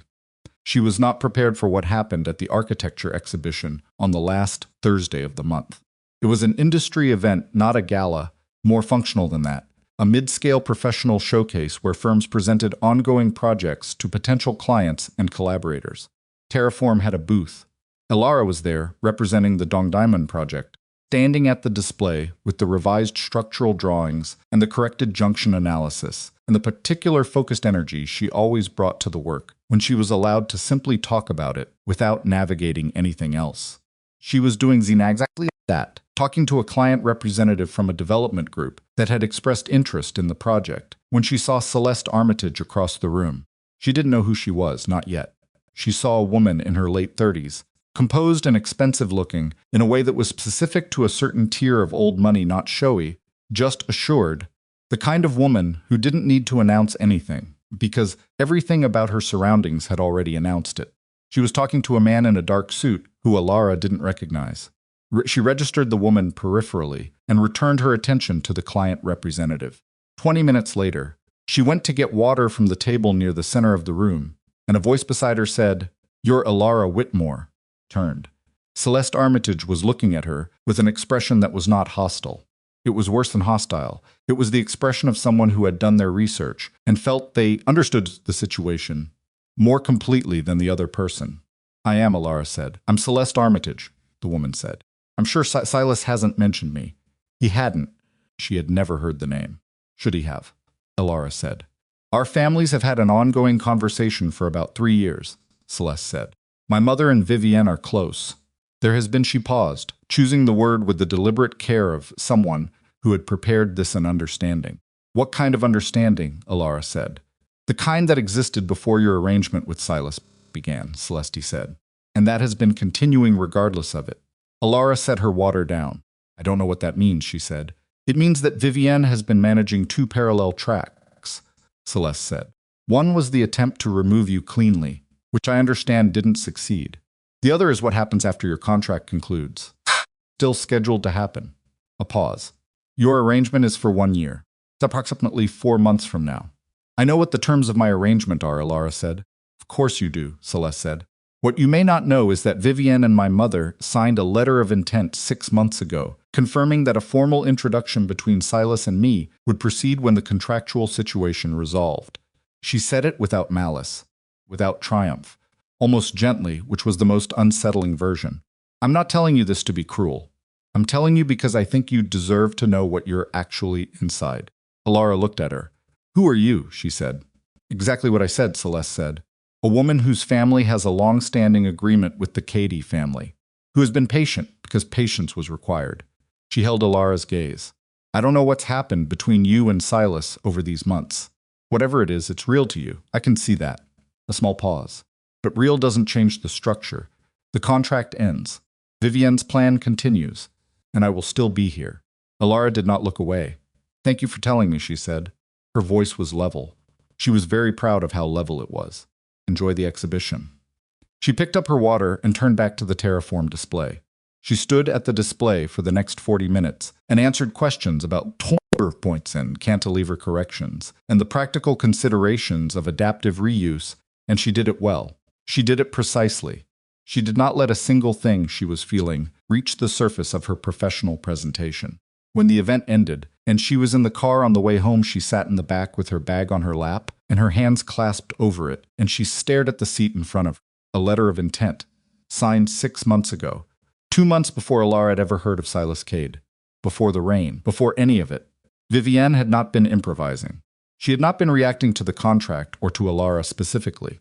She had been running a long-term plan that Elara's existence had interrupted, and when the interruption proved more resilient than expected, she had reached into Elara's professional life, and when that had failed, she had simply continued the other track, the Celeste track. The one that didn't need to remove Elara at all. It just needed to wait for the contract to conclude. 4 months. The car reached the building. She went upstairs. She walked into the penthouse and put her bag down and stood in the entrance hall. Silas was in the kitchen. She walked in.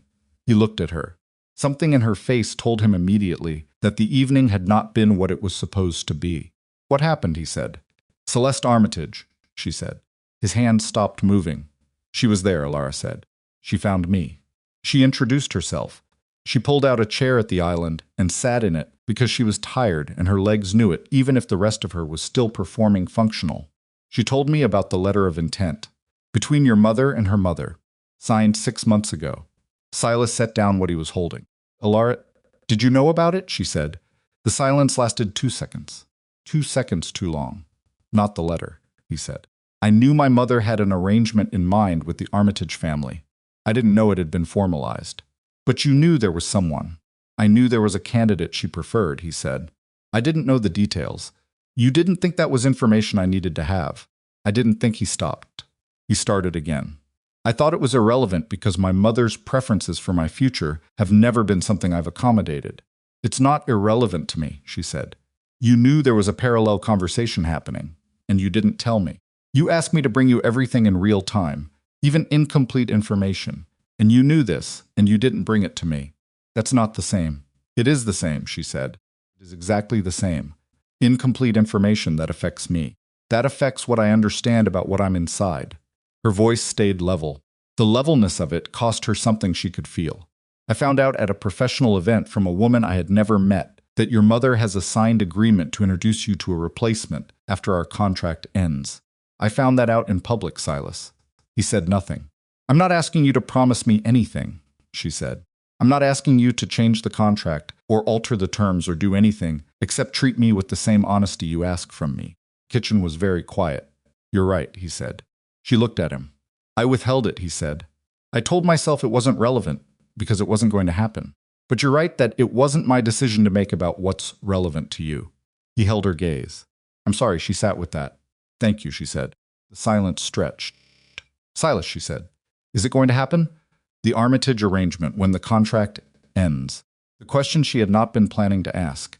It was out before she could put it back. He looked at her with the particular stillness that meant he was deciding something. No, he said. How do I know that? Because I'm telling you, he said. I understand that's not sufficient given this conversation, but it's what I have. She looked at him for a long moment. Kitchen light. The containers from dinner, still on the counter. The coffee machine with the setting she'd learned 3 weeks in. The space they had built between them not designed, not contracted, just accumulated. The way all real things accumulated, through repetition and proximity and the slow accretion of small, honest moments. Stood up. I need to think, she said. She went to her room. She sat at the drafting table. She did not draw. She stared at the blank paper and thought about structure, about what made something load-bearing and what made it decorative, and how you knew the difference when you were inside the thing rather than assessing it from outside. She had been careful. She had been deliberate. She had told herself, at every point where she felt the ground shift beneath her, that she was operating within a contract that had defined terms and an exit clause and a clean end date, and that whatever she felt within it was hers to manage. She had not managed it. She had simply let it happen while telling herself she was managing it. And now she was 4 months from the end of a contract. She no longer knew how to separate from whatever was actually happening. And there was a woman with a letter of intent and a mother-in-law who ran operations through discretionary accounts, and a man across the hall who had said no with a certainty that she did not know whether to trust. She put her hands flat on the drafting table. Then she opened her notebook to a blank page. At the top she wrote, "What do you actually want?" She sat there for a long time. She was still sitting there when her phone vibrated on the corner of the table. She looked at it. A message from a number she didn't recognize. Whitmore. "My name is Wu Sangmin. The operation against you has been formally closed. There is information I collected during that operation that was never delivered to my client. Information she does not have. I believe you should have it instead. Call me." Elara stared at the screen. She read it 3 times. Then she stood up and walked directly to the study and knocked. Silas opened the door. She held up the phone. He read it. His jaw tightened by a fraction. "Don't call that number," he said. "Why not?" "Because he's a fixer and fixers don't offer information out of conscience," he said. "He wants something. Or your mother withheld payment when the operation failed, and he wants to cause damage," Elara said. "There's information he collected about me, Silas. About my credentials, my documentation, my background. I want to know what he found. It could be a trap. For what? What does he gain by trapping me? I don't know yet. That's why you don't call." "Then you find out," she said. "Tonight." Because I'm not sitting on this until morning. He looked at her. Then he took the phone. He made 2 calls in the next 40 minutes. She heard the cadence of them from the hallway without hearing the words. When he came back, his face had the quality of someone carrying information they had not wanted to find. He's legitimate, Silas said. The dissatisfied contractor story checks out. My mother underpaid the final installment when the operation was terminated. He's angry enough to be unpredictable. So the information is real. Probably. Then I'm calling him, she said. Elara, whatever he found when he went through my background and my credentials and my history, I need to know what it is. Not because I have anything to hide. She took the phone back. Because someone spent 8 weeks excavating my life, and I deserve to know what they found in it. He called the number. Wu Sangmin answered on the second ring. He told her he had information she would want. He told her he would meet with her once in a public location to deliver it. He named a coffee shop in Myeongdong for the following morning at 9. Why are you doing this? She said. Because she lied to me about the terms of the work, he said. And because what I found changes the picture considerably. A pause. Bring your husband if you want. It won't change what I have to tell you. He hung up. Elara lowered the phone. Silas was watching her. Tomorrow morning, she said, Myeongdong, both of us. All right, he said. She went to bed. She lay in the dark and stared at the ceiling and thought about an excavation of her life that had turned up something unexpected, something that Vivienne Cade's own operative now wanted to hand to Elara instead of her client. Whatever he had found, it had changed his mind about who should have it. That meant it was something significant. That meant, tomorrow morning, Elara was going to find out what 8 weeks of systematic investigation into her life had uncovered, and she was going to have to decide, in real time and in a public coffee shop in Myeongdong, what it meant and what to do with it. She closed her eyes. She didn't sleep for a long time. When she finally did, she dreamed about foundations, not the architectural kind, but the human kind, the invisible structures that held everything else up, the ones you never thought about until the moment you found out they had been built on something other than what you believed. She woke at 6:15. She washed her face, dressed, and went to the kitchen. Silas was already there. They drove to Myeongdong in silence. Wu Sangmin was already at the coffee shop when they arrived, a compact man in his mid-40s with the particular unremarkable quality of someone whose profession required being unmemorable. He stood when they entered, not deferentially, just functionally. He sat. He put a folder on the table. I found what she sent me looking for, he said, and I found something she didn't send me looking for. Elara put her hand on the folder. What did she send you looking for, she said. Evidence of credential fraud, he said. Something she could use to initiate an official review. She didn't find it because there isn't any. Your documentation is clean. Your original Korean work visa application, your degree verifications, your professional licensing, all legitimate. He paused.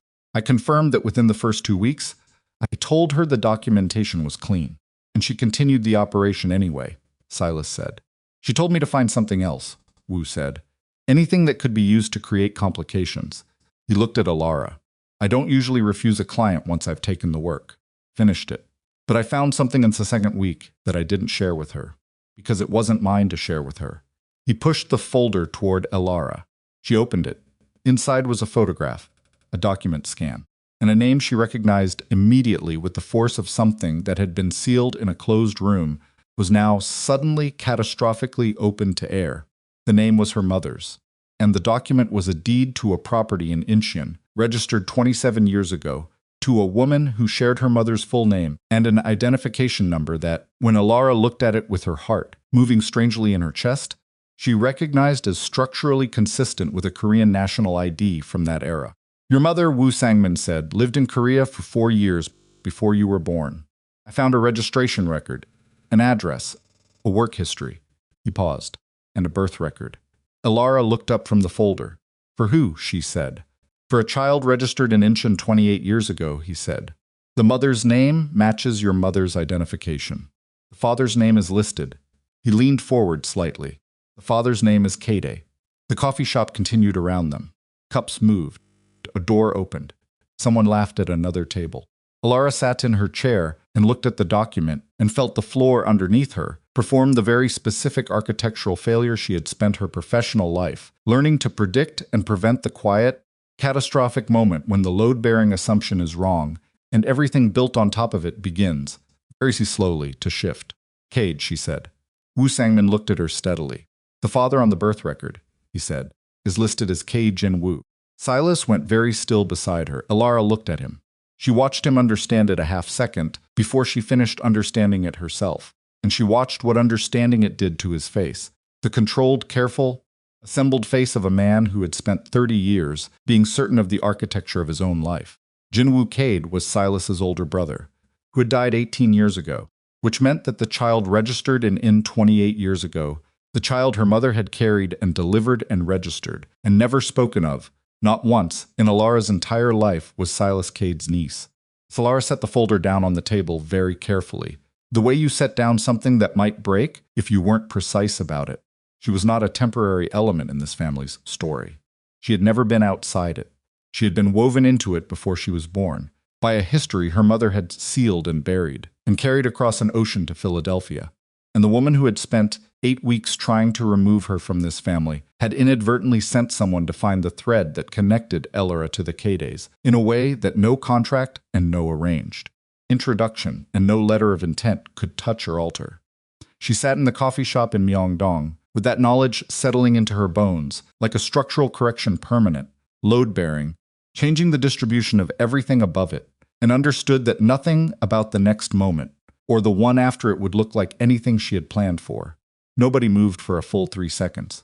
The coffee shop kept going around them, cups, voices, scrape of a chair. Somewhere behind, Elara's left shoulder, and inside that ordinary noise, the three of them sat with a document on the table between them that had just reconfigured everything. Elara was the first one to move. She picked up the folder, closed it. She held it in both hands in her lap, like she was keeping it from sliding off something. "How certain are you?" she said to Wu Sangmin. "The ID number is verifiable," he said. "The birth registration is in the Incheon municipal records from 28 years ago. I had it cross-referenced independently." He paused. "I'm certain." She nodded once. "Why didn't you give this to her?" she said. Wu looked at her steadily. "Because she hired me to find a reason to remove you. This doesn't remove you. This does the opposite." He glanced briefly at Silas. "And because the family connection to Jinwoo Cade, a deceased family member, is not something that should be weaponized by a woman trying to win a political argument. I made a professional judgment." "You made a financial judgment," Silas said. His voice was very controlled. Both Wu said without apology. "She underpaid the final installment. I see no reason to reward that." Silas looked at the man for a long moment with an expression that was assessing, rather than hostile, the look of someone filing information about another person for future reference. "What do you want for this?" Silas said. "What I'm owed," Zhu said. He named a number. It was not a small number. "You'll have it by end of business," Silas said. Wu nodded. He stood. He left without another word, no drama, no extended exit. Just a man who had delivered a package and was done with the delivery. They sat in the coffee shop for another full minute without speaking. Elara was looking at the table, not at the folder in her lap. At the surface of the table, the grain of it, the ring left by a previous cup, the small things that a surface accumulated just by being used. "Jinwoo," she said. "My brother," Silas said. "He died 18 years ago. Car accident on the highway outside Suwon." A pause. 34. Did he ever mention?" "He never mentioned your mother," Silas said. "I didn't know she existed." "She never mentioned him," Elara said. "She never mentioned Korea.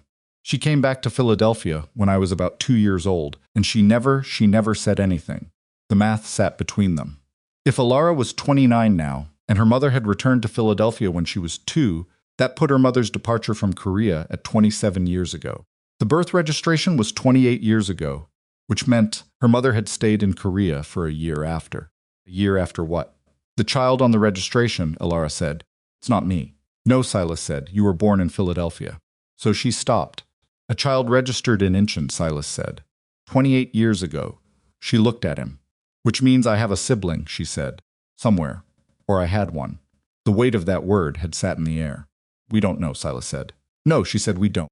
Stood up. She needed to stand. She needed the physical fact of being upright, of gravity doing its simple and reliable work. "I need to call my mother," she said. "Yes," he said. "Not here." "No." They left the coffee shop. In the car, she sat with the folder in her lap and her phone in her hand, and she looked at her mother's name in her contact's mom. Philadelphia, contact she'd had since her first phone at 16, and had never thought about except as a function, a label, a way to find the right number. She pressed call. It rang 4 times. Her mother answered on the 5th, her voice carrying the slightly distracted quality of someone who had been doing something before the call arrived. Elara, honey, it's early. I need you to tell me about Jinwoo Kade, Elara said. Silence. The kind of silence that was not confusion. Not who? Or what are you talking about? Just silence, like a door that has been pushed and found to be latched from the inside. There's a birth registration in Incheon, Elara said. 28 years ago. Your name, your ID number. Her voice was steady. She had decided it would stay steady.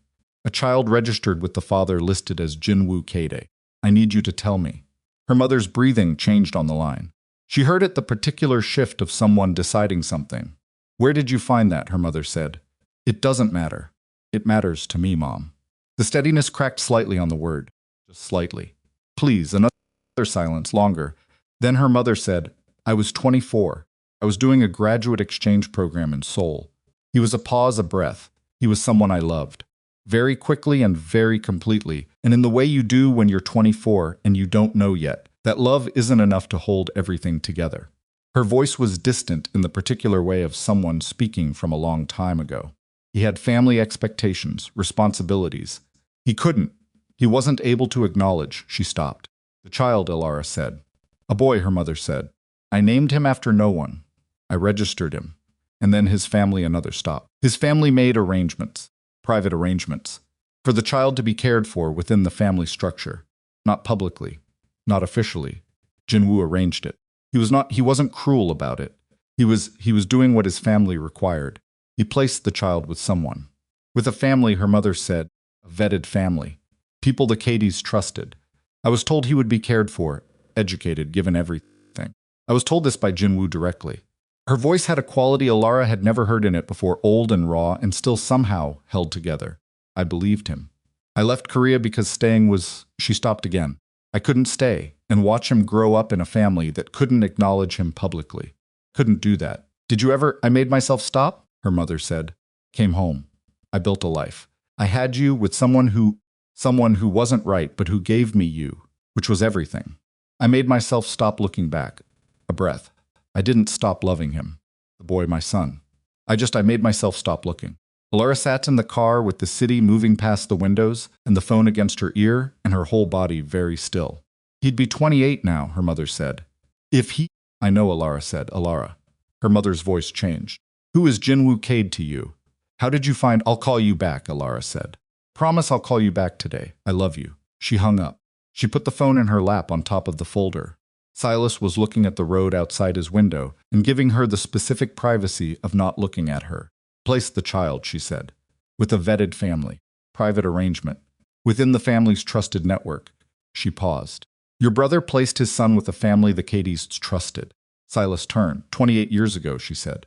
A boy. Currently 28 years old. Placed privately, never officially acknowledged. Raised by a family within the Kade network. She looked at him. Does anyone in your family know about this? His jaw was tight. My mother would know, he said. Everything rearranged itself. She sent Woo Sang-min to investigate my background, Elara said slowly. And he found a birth registration connecting my mother to Jinwoo. Means she didn't know about your mother, Silas said. Not specifically. Or he stopped. She would have moved differently, Elara said. From the beginning. Yes. But if the boy is 28 and was placed with a family the Kadys trusted, there may be someone out there, Silas said, who is my brother's son, who I don't know about, who my mother may or may not know about. His voice was controlled. Underneath the control she could hear the thing that was trying to come through it. Jinwoo died before he could tell me. She looked at him. We need to talk to your mother, she said. Yes, he said. We do. They went to Vivienne's house without calling ahead. The housekeeper opened the door, and Silas walked in without waiting to be invited, which told Elara something about what he was running on, not anger exactly. More the particular forward momentum of someone who has decided something and is moving toward the conclusion. Vivienne was in the study. She looked up when they came in and absorbed their faces and set down her pen. Sit down, Silas said. Not a request. She didn't sit. She stood behind her desk. What's happened? She said. Silas put the folder on the desk. He opened it to the birth registration. Vivienne looked at it. Something moved through her face that Elara had not seen there before. Not the controlled recalibration she'd displayed in every prior conversation. Not the precise woman managing an outcome. Something older. Something that had been held down for a long time. Where did you get this? Vivian said. Wu Sangmin found it, Silas said. When you sent him to dig through Elara's background. He found your son's name on a birth registration in Incheon from 28 years ago. Connected to Elara's mother. Vivian's eyes moved to Elara. You knew, Elara said. The pause lasted long enough to confirm it. I knew there had been someone, Vivian said. A woman Jinwoo was involved with during the exchange program period. I didn't know about a child until... She stopped. Until when? Silas said. Until 3 months after he died, Vivian said. I found documents in his personal papers. A registration. An address for the placement family. A letter he had written and never sent. Her voice was very controlled. Too controlled. The kind of control that had been applied very deliberately over a very long time. The child had already been placed. The arrangement was already in place. Jinwoo had handled it privately because he knew I would have... She stopped again. What would you have done? Silas said. I would have brought the child into the family, Vivian said. Officially. Regardless of the circumstances. Her voice shifted on the last sentence, something harder underneath it. Something absolute. He was my son's child. I would not have left him outside. But you didn't, Silas said. You found the documents and you didn't. Tried, Vivian said. The placement family had moved. The address in Jinwoo's papers was 18 months old by the time I found them. I searched for a year. I searched through the network, through the contacts Jinwoo had used. I found nothing. She pressed her hands flat on the desk. The placement had been handled through an intermediary that Jinwoo trusted, but I had no access to. The trail was cold before I knew it existed. The study was very quiet. You've been looking for him, Elara said. Vivian looked at her. For 18 years, Vivian said. Elara sat with that. You sent Wu Sangmin to remove me, she said. And he found a thread that connects my mother to Jinwoo, which means the child your grandson, my half-brother. May be findable, Vivian said. Her voice was stripped of everything, except the plain fact of the sentence. The three of them stood in the study with that between them. Silas put both hands on the desk and leaned forward. You sent an operative to destroy the professional life of the woman, who may be the only connection we have to Jinwoo's son, he said. Vivian's face didn't change, but something in her eyes did. Yes, she said. It came out quiet and absolute, the way confessions do when someone has been carrying a thing long enough that the release of it is almost a relief. Had Wu Sangmin delivered to you instead of to Elara, Silas said, you would have had the lead on the birth registration, and you would not have had any reason to share it. The silence said everything. You would have used it to locate Jinwoo's son, Elara said, and you would have told no one where the information came from. I don't know what I would have done, Vivian said. And for the first time, the absolute first time, Vivian Cade's voice was uncertain. Not performing uncertainty. Actually uncertain. The voice of someone who genuinely did not know the answer to the question they were being asked. I have been looking for that child for 18 years. I don't know what I would have done if I'd found the thread. Elara stood up. She was done sitting. She crossed the study and stood at the window and looked out at the city below the house and pressed her palm against the cold glass. She thought about her mother on the phone. The raw, old quality of her voice when she talked about a boy she'd named after no one and left in a country she couldn't bear to stay in. She thought about the folder on the table in the coffee shop. In Myeongdong, a thin stack of documents that had restructured everything understood about her own history. She thought about a 28-year-old man somewhere in this city, or this country, or this world, her mother's son, Jinwoo Cade's son, Silas Cade's nephew who did not know any of them existed. Turned. I want to find him, she said. Both of them looked at her. Not for the family, she said. Not for any arrangement or official acknowledgement or family political reason. Because my mother left him.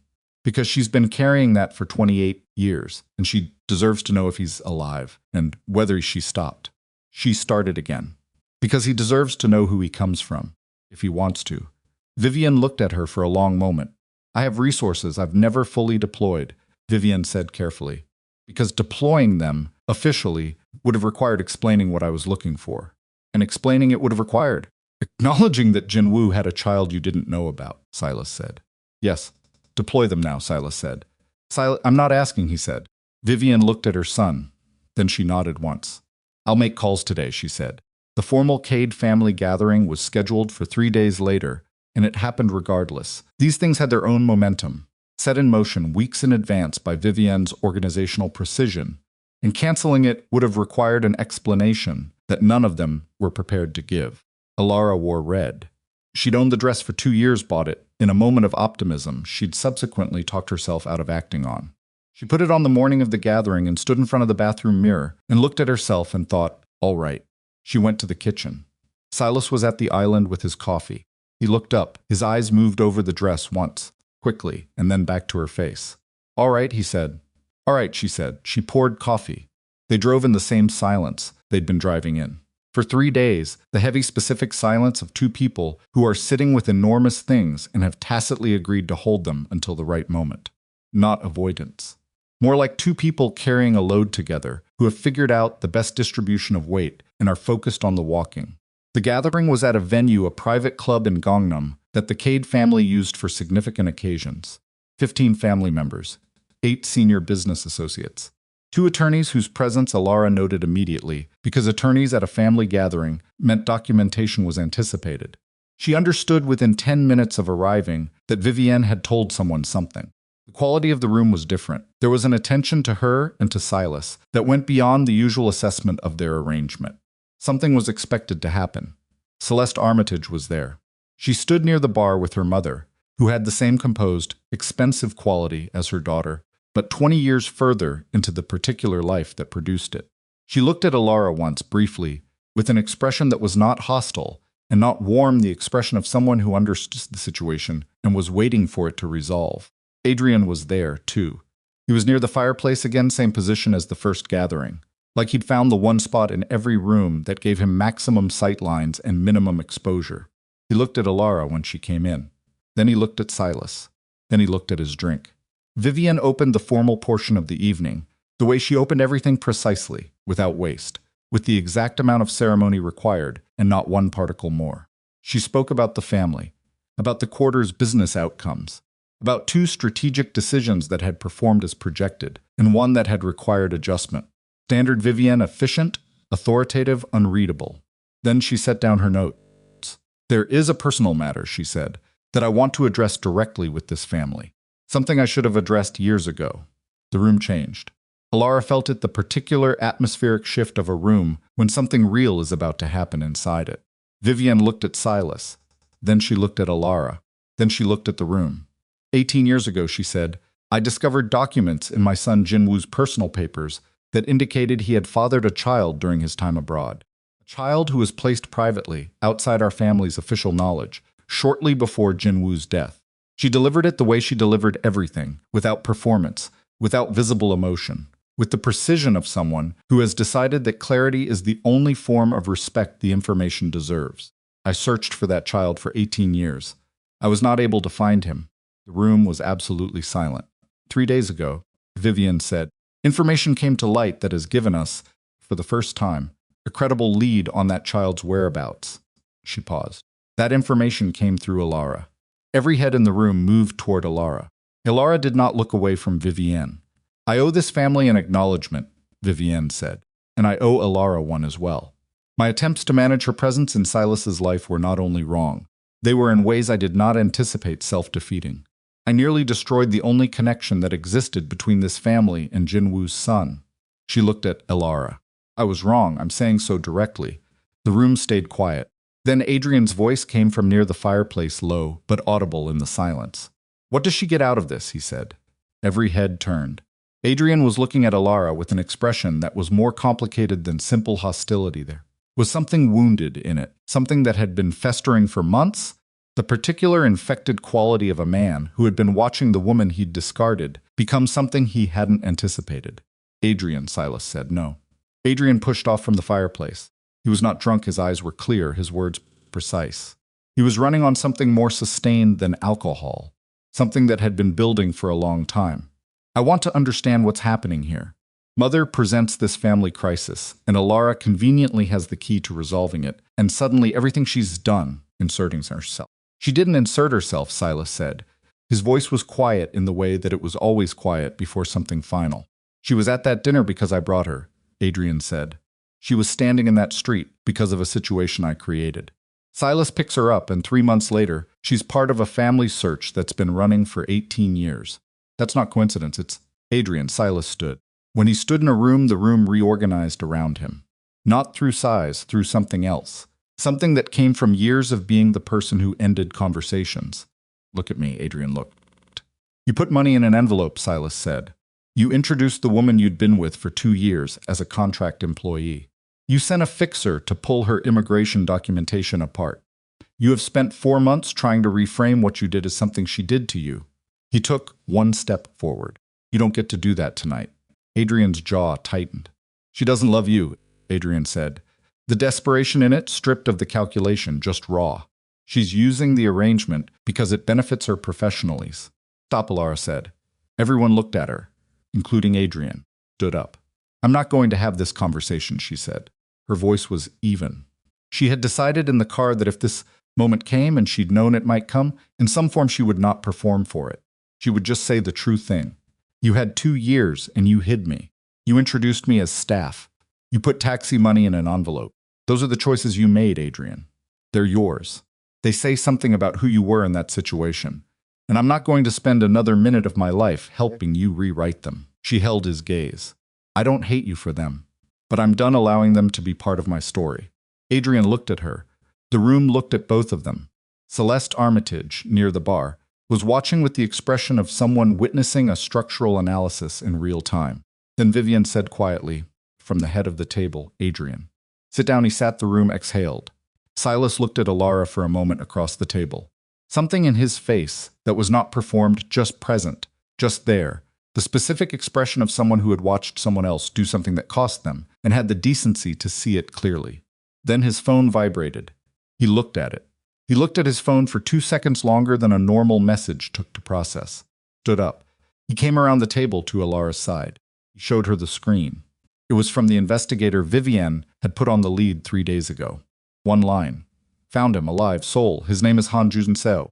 He knows he was adopted. He's been looking too. Elara read it twice. And she looked up at Silas. Then she looked at Vivienne, who was watching from the head of the table with the expression of someone who has carried something so heavy for so long that the first sign of its lifting is almost indistinguishable from pain. He's been looking too, Elara said. Vivienne's composure shifted, just slightly. Just enough that the room could see at the controlled face of Vivienne Cade shifting at its foundations, something old and real and long-sealed coming up through it. Yes, Silas said. Elara thought about her mother in Philadelphia, about the phone call she needed to make, about a 28-year-old man named Han Jun-seo, who had been looking for his origins in the same city where his origins had just found him. She thought about all of it for exactly 3 seconds. Then she looked at Silas and said, "We need to go." "Yes," he said. They were almost at the door of the venue when Adrian's voice came from behind them, not loud, not angry anymore. Just Elara. She turned. He was standing by the fireplace again. His expression had lost the wounded edge. What was left was something that looked, for the first time in as long as she could remember, like honesty. "I'm sorry," he said. "I know that doesn't—" He stopped. "I know it doesn't fix anything. I just needed to say it." She looked at him for a moment. "I know," she said. She turned and walked out with Silas. Han Jun-seo lived in Mapo-gu. She noticed this on the way to the address, registered it with the part of her brain that still operated on professional coordinates Mapo-gu, where she'd spent 3 years on an adaptive reuse project, where she had walked the streets enough to know the rhythm of them. Coincidence felt like something, though she resisted the word for it. The building was a mid-rise apartment complex, clean and functional, the kind of building that a 28-year-old professional in Seoul lived in when he had made something of himself without a great deal of structural support. She knew immediately, standing outside it, that this mattered, that whatever he had built, he'd built without the Cade name, without the resources, without any of it. Silas stood beside her on the sidewalk. "You should go first," he said. "Me?" "He doesn't know me," Silas said. "He doesn't know any of us. But you have something in common that has nothing to do with the Cade family." He paused. "You both had a mother who loved him." She looked at Silas. Then she looked at the building. She went in. The investigator had called ahead with careful, measured preparation, enough to indicate that someone wanted to speak with him about his birth family, not enough to deliver the full weight of what was coming through a phone. She understood the calculation, and she had authorized it in the car, because full disclosure through a phone call was not something she was willing to do to a stranger. He opened the apartment door on the second knock. Han Jun-seo was 28 years old. He had his mother's eyes. Elara saw it immediately. The particular shape of them, the dark and direct quality that she had looked at in the mirror all her life. He had something else too, a set to the jaw, a quality of contained assessment that she would have recognized anywhere, having spent 4 months across the dinner table from someone who carried the same gene. He looked at her. "Ms. Whitmore," he said. "Yes," she said. "I'm Elara." She stopped. She had prepared a careful graduated speech in the car.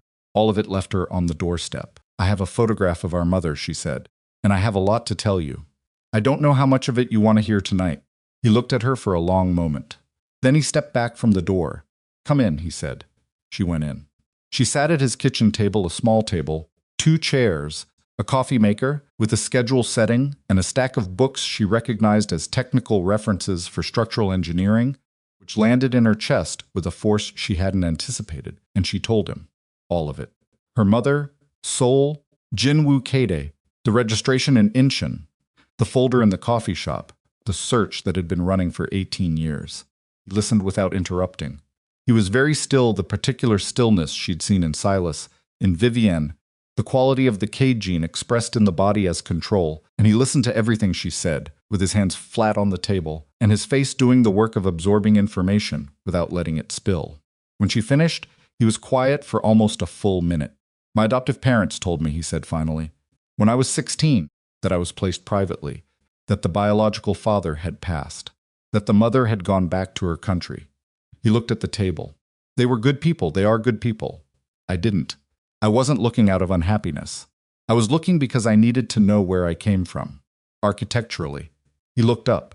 The word landed with a precision that told her he had chosen it deliberately. "Structurally." "I know," she said. "You're an architect," he said. "I'm a structural engineer." She looked at him. He looked at her. "Same mother," he said. "Same mother," she said. Outside the apartment window, Seoul went on in its ordinary bright way, indifferent and enormous, and lit up in all directions, and inside the small kitchen, 2 people who had come from the same woman by different paths sat across a table from each other and began, very carefully, the work of understanding what they were to each other. She was still inside the apartment when Silas texted from the sidewalk, "Take all the time you need." She read it and put the phone in her pocket. She asked Jun-seo if he had coffee. He did. He made it. He sat back down. And she told him about his father's family, the one that had been looking for him. And she watched his face absorb it, and she thought about what it meant to find a load-bearing structure you didn't know was holding you. And she understood that the next conversation, the one between Jun-seo and Vivienne Cade, between a grandmother and the grandson she'd spent 18 years trying to find, was not hers to manage or predict or smooth over in advance. It was its own structure. It would hold or it wouldn't, and all she could do was be honest about the materials. She sat at Han Jun-seo's kitchen table while the city glowed outside his window, and for the first time in months and longer than months, in longer than she could immediately locate, she felt the particular sensation of being exactly where she was supposed to be, doing exactly what she was supposed to be doing, without a contract or a strategy or a damage control protocol telling her why. She was here because she'd followed what was true.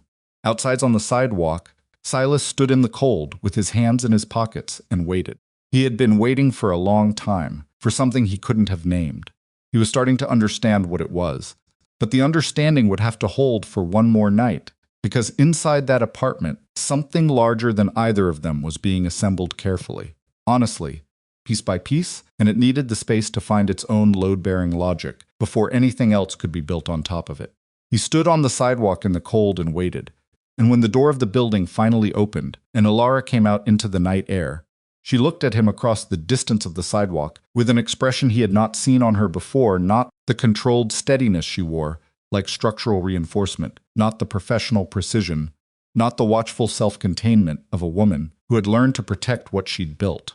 Something open, something that had put down its weight. He walked toward her. She didn't speak immediately. She stood in the cold with her arms at her sides, and her breath visible in the winter air, and she looked at him with that open expression. Then she reached out and took his hand. It was the first time she had chosen to. Not because the contract required proximity. Not because a family gathering demanded presentation.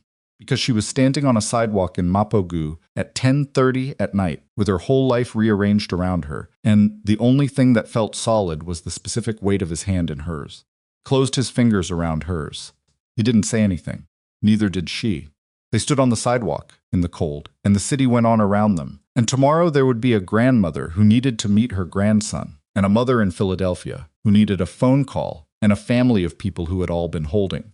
Something in separate rooms that needed to be brought into the same room and examined in full light. All of that was tomorrow.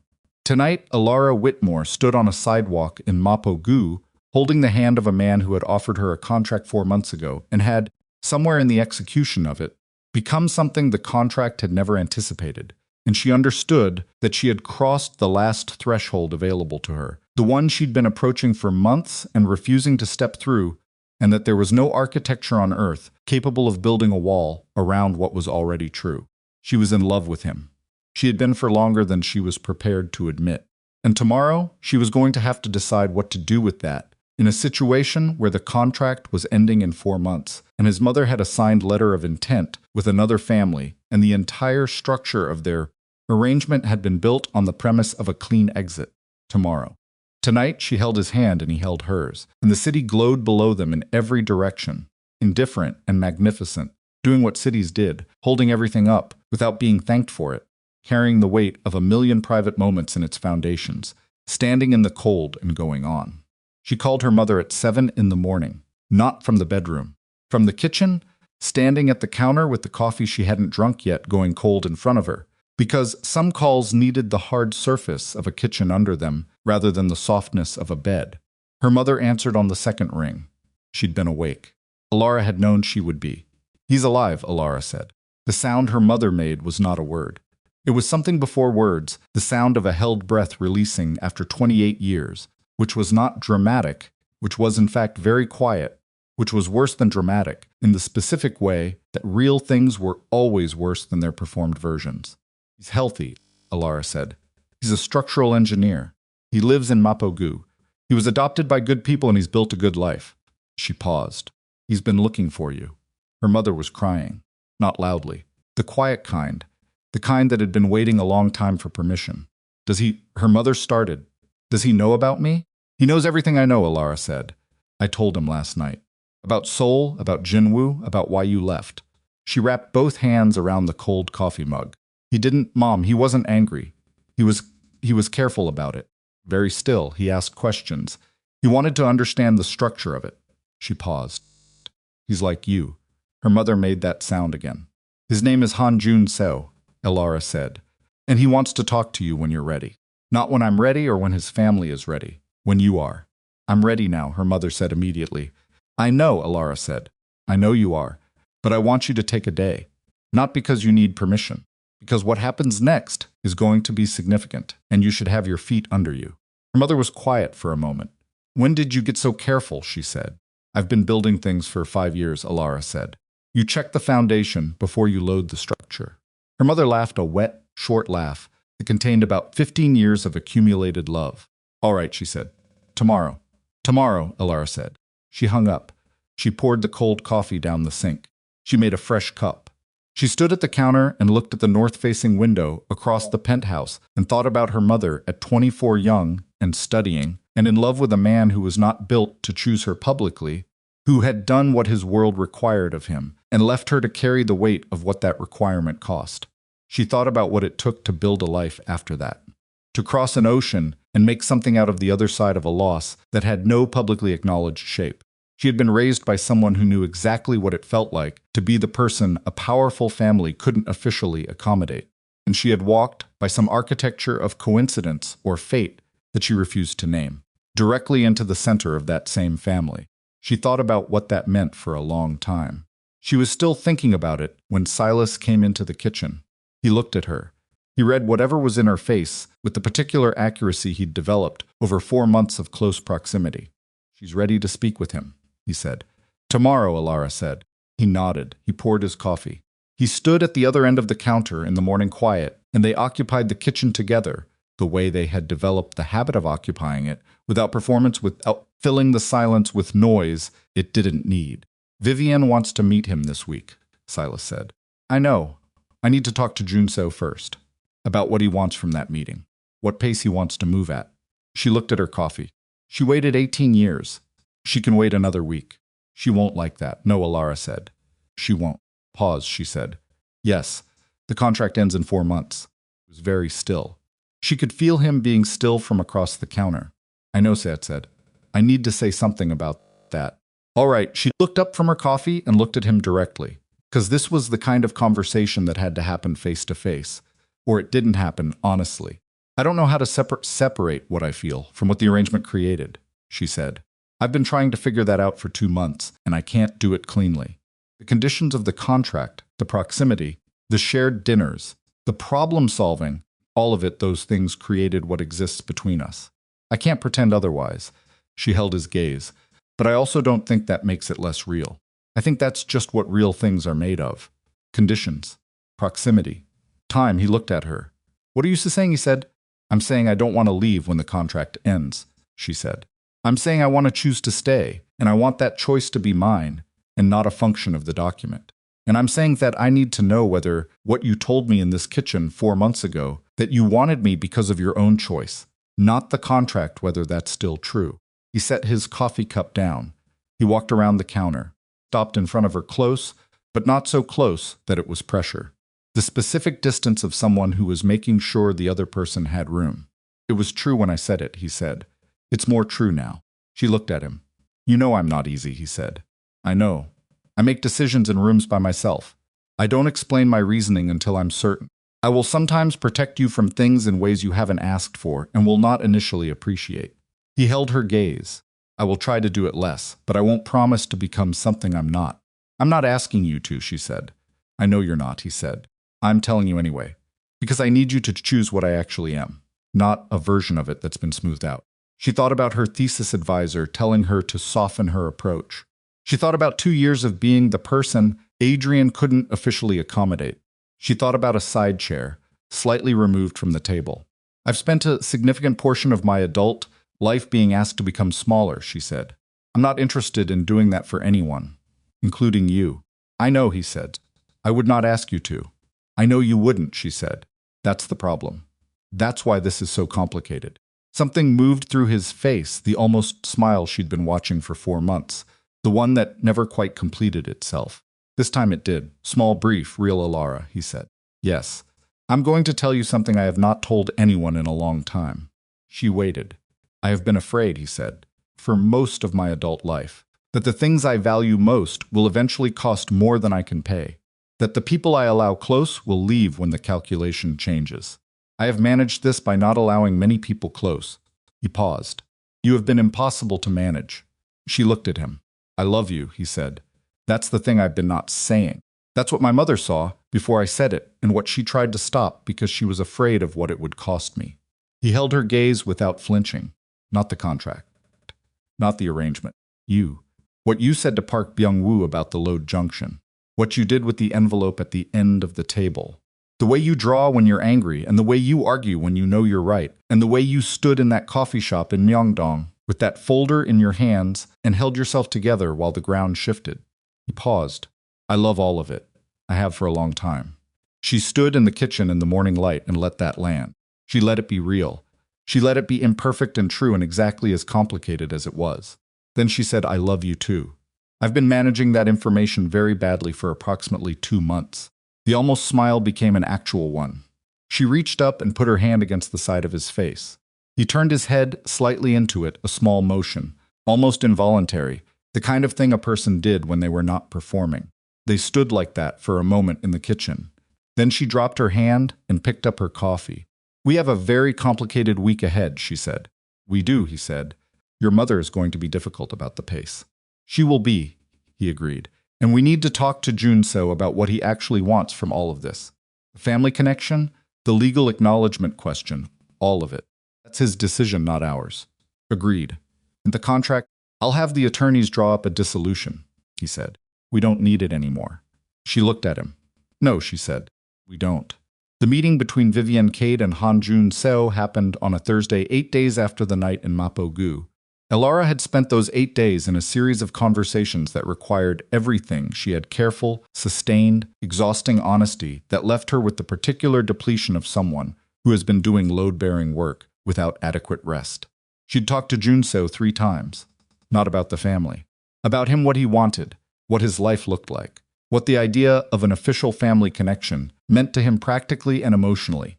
He was precise and measured, and occasionally surprising, in the ways that people were surprising when they'd built their entire sense of themselves without external structural support and had gotten genuinely good at it. "I don't need a family," he told her on the second conversation, sitting in his kitchen with the structural engineering references she'd cataloged in her memory. "I have parents, good ones.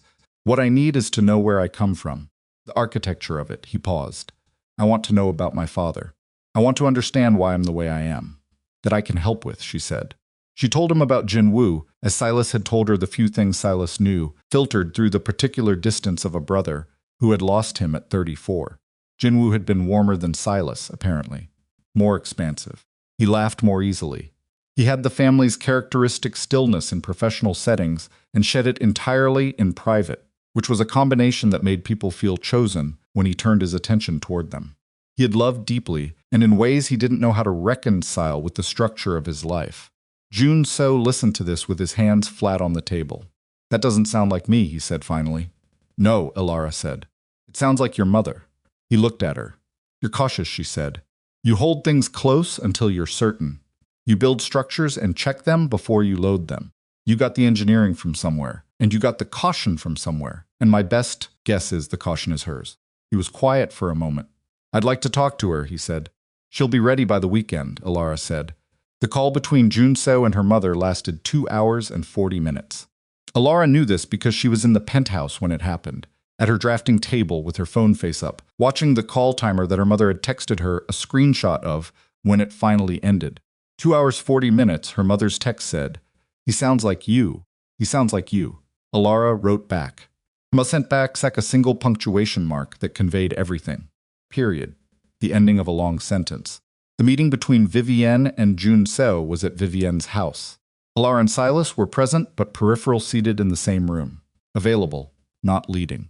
Vivienne received him at the door herself. Not through the housekeeper. She opened the door and looked at her dead son's face reorganized into a 28-year-old stranger's, and something happened to her expression that was the most human thing Elara had seen in 4 months of watching. This woman managed every situation from behind glass. She reached out and touched his face, one hand, the back of her fingers against his jaw, briefly. Junso didn't flinch. He looked at her steadily.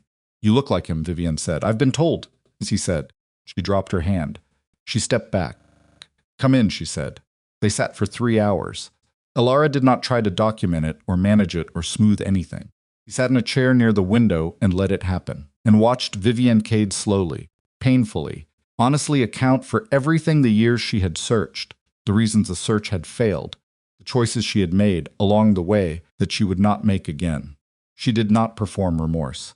She presented facts and accepted responsibility, and answered every question Junso asked with the specific precision of someone who had been withholding these answers for so long that delivering them was both relief and cost. He asked about his father. Vivienne talked about Jinwoo for 45 minutes. Elara watched Junso absorb at the particular stillness of him, the careful architectural way he received each piece of information and placed it into the structure of himself he was building in real time. She saw him flinch once quietly when Vivienne described the accident. Saw him press his lips together and look at the table for a moment, then look back up. "He made a choice that hurt my mother," Junso said finally. "I'm not going to pretend that doesn't matter." "It matters," Vivienne said.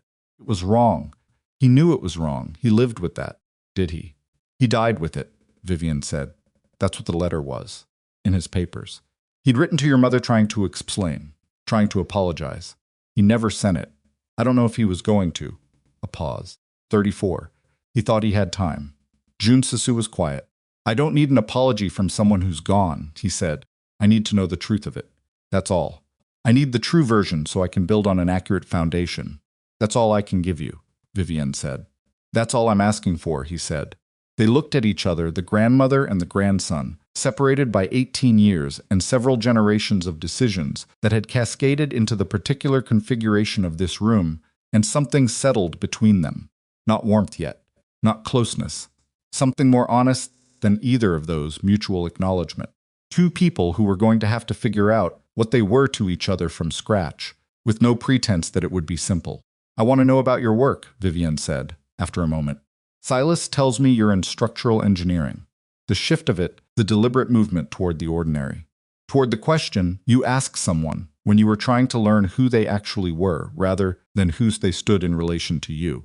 Elara recognized it as the most sophisticated thing she had watched Vivian Cade do.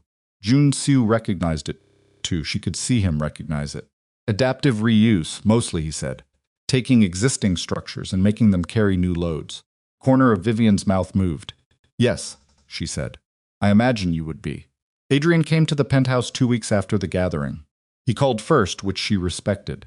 He asked if he could come by, and she said yes, and she didn't tell Silas about it in advance, because it wasn't Silas's conversation.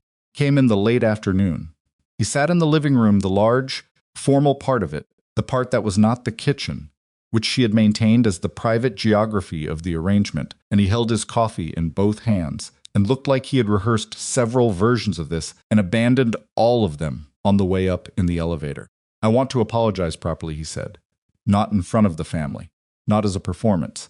He looked at her, "To you. As a person I wronged." She sat across from him. "All right," she said. "I hid you," he said. "For 2 years. I told myself it was practical timing, family expectations, the right moment. None of that was true. I hid you because I was afraid that if I brought you into my life officially, I would have to become someone I wasn't sure I wanted to be." He turned the coffee cup in his hands. "Someone who chose a person over a position." He stopped. "You deserve to be chosen. I didn't choose you. That's what happened. The only true version." She looked at him. "And the fixer," she said. "Wu Sang-min." He looked up. "I hired him before the dinner," he said. "I know you know that. I want to say it out loud." He held her gaze. "I was going to end it with you. I knew I was. And I was afraid of what you'd do, of how capable you are, of the fact that you'd be fine without me and that you'd build something, and I'd have to watch it from the outside." His voice was honest in the particular way of someone who has stopped trying to manage their own image. "That's not a justification. It's just the true thing. You tried to dismantle my career," she said. "You tried to make my visa status unstable. You tried to ensure that when you ended things with me, I wouldn't have enough professional ground to land on." "Yes," he said. "You did that because you were afraid I'd be fine." "Yes." She sat with that. The particular cruelty of it, not hatred, not malice, just the ordinary devastating selfishness of someone who couldn't bear the idea of their own irrelevance.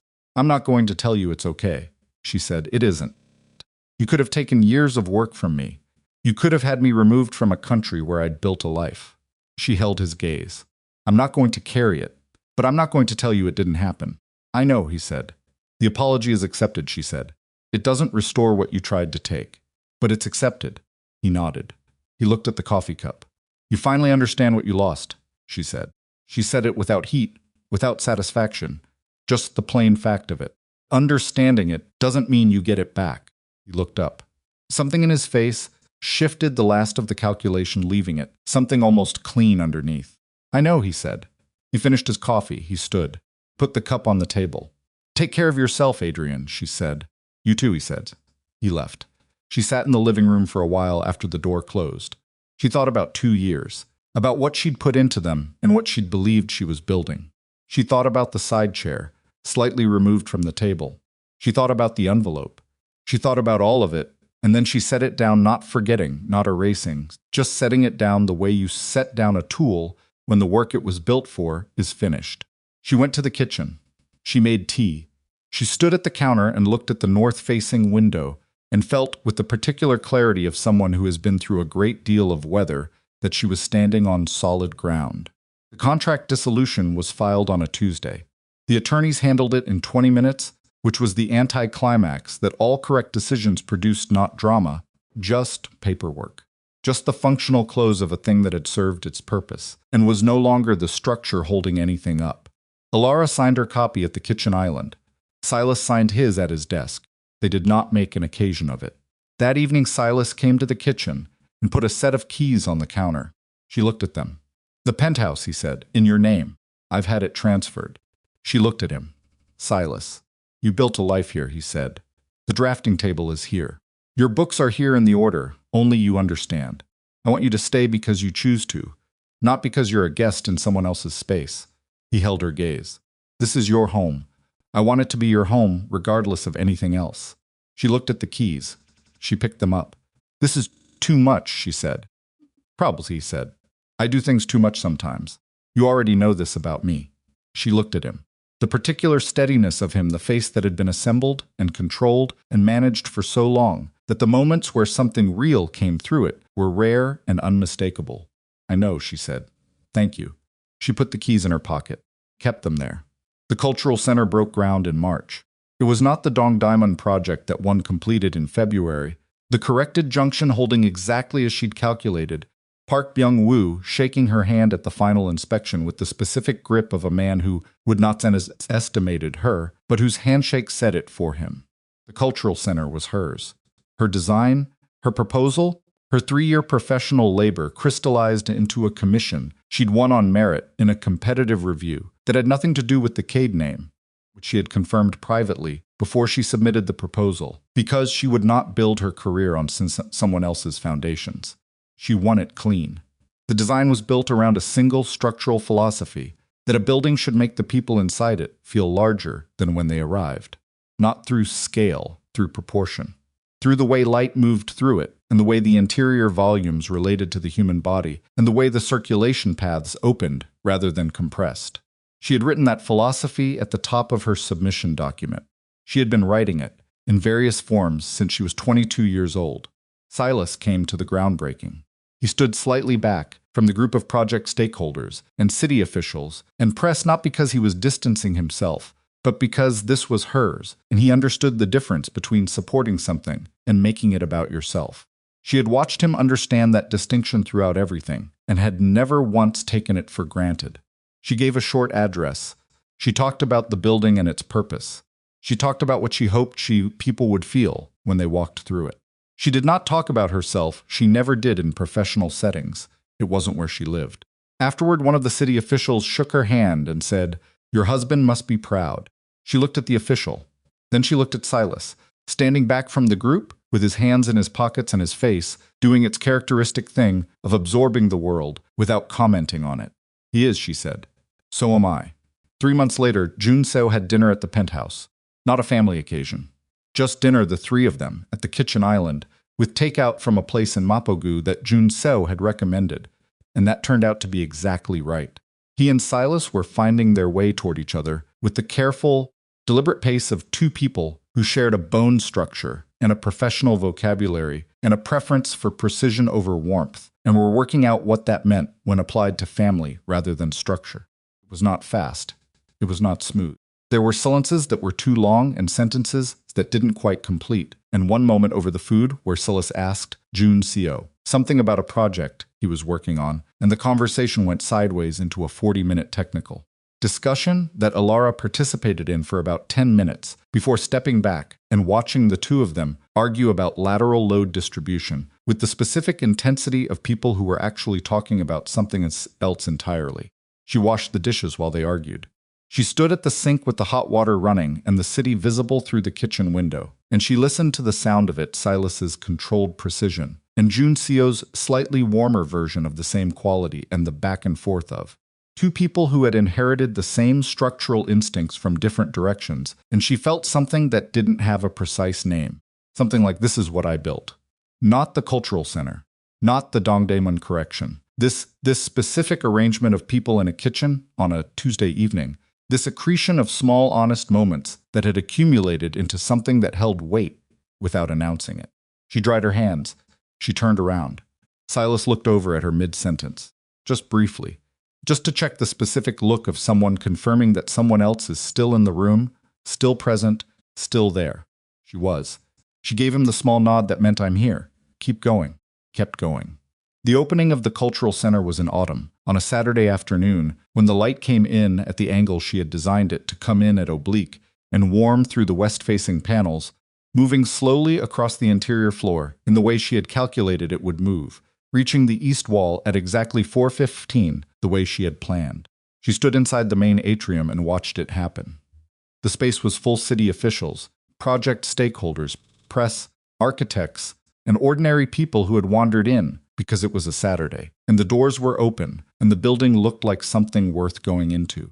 She watched a woman walk in through the main entrance, stop in the center of the atrium, and look up. The woman was maybe 70.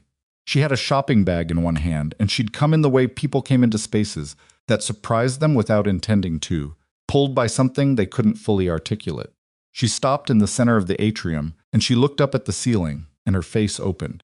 That was the word. Opened. The particular expression of someone who has walked into a space that has made room for them without asking anything in return. Stood against the wall and watched it happen and felt the particular satisfaction of something that had worked exactly as calculated, not because the calculation was perfect, but because the intention behind it had been true.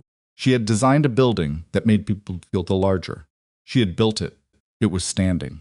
Silas found her a little while later, near the east wall where the light was now doing the thing at 4:15 she had promised herself it would do. Stood beside her and looked at the atrium. "It works," he said. "It does," she said. "The woman in the center," he said. When she looked up, "I saw," she said. He was quiet for a moment. "June Seo brought his parents," he said, "his adoptive parents. They're near the entrance." She looked. They were a couple in their 60s, holding hands, looking at the building with the expression of people who had raised someone good and were watching evidence of a world that had been shaped, in part, by their work.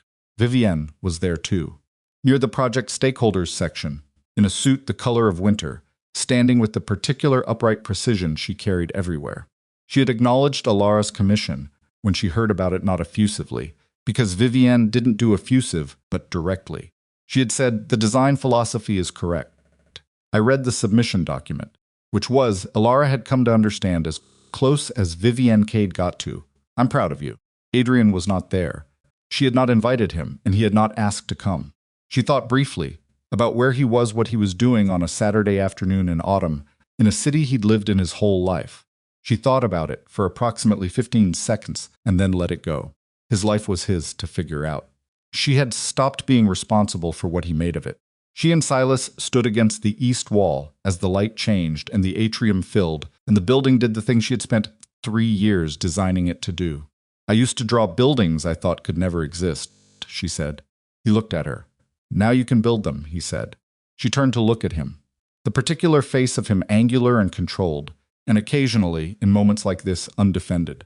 The face of a man who had spent 30 years refusing to be managed and had found, in the specific chaos of a rainy February night, the one person he hadn't wanted to manage him.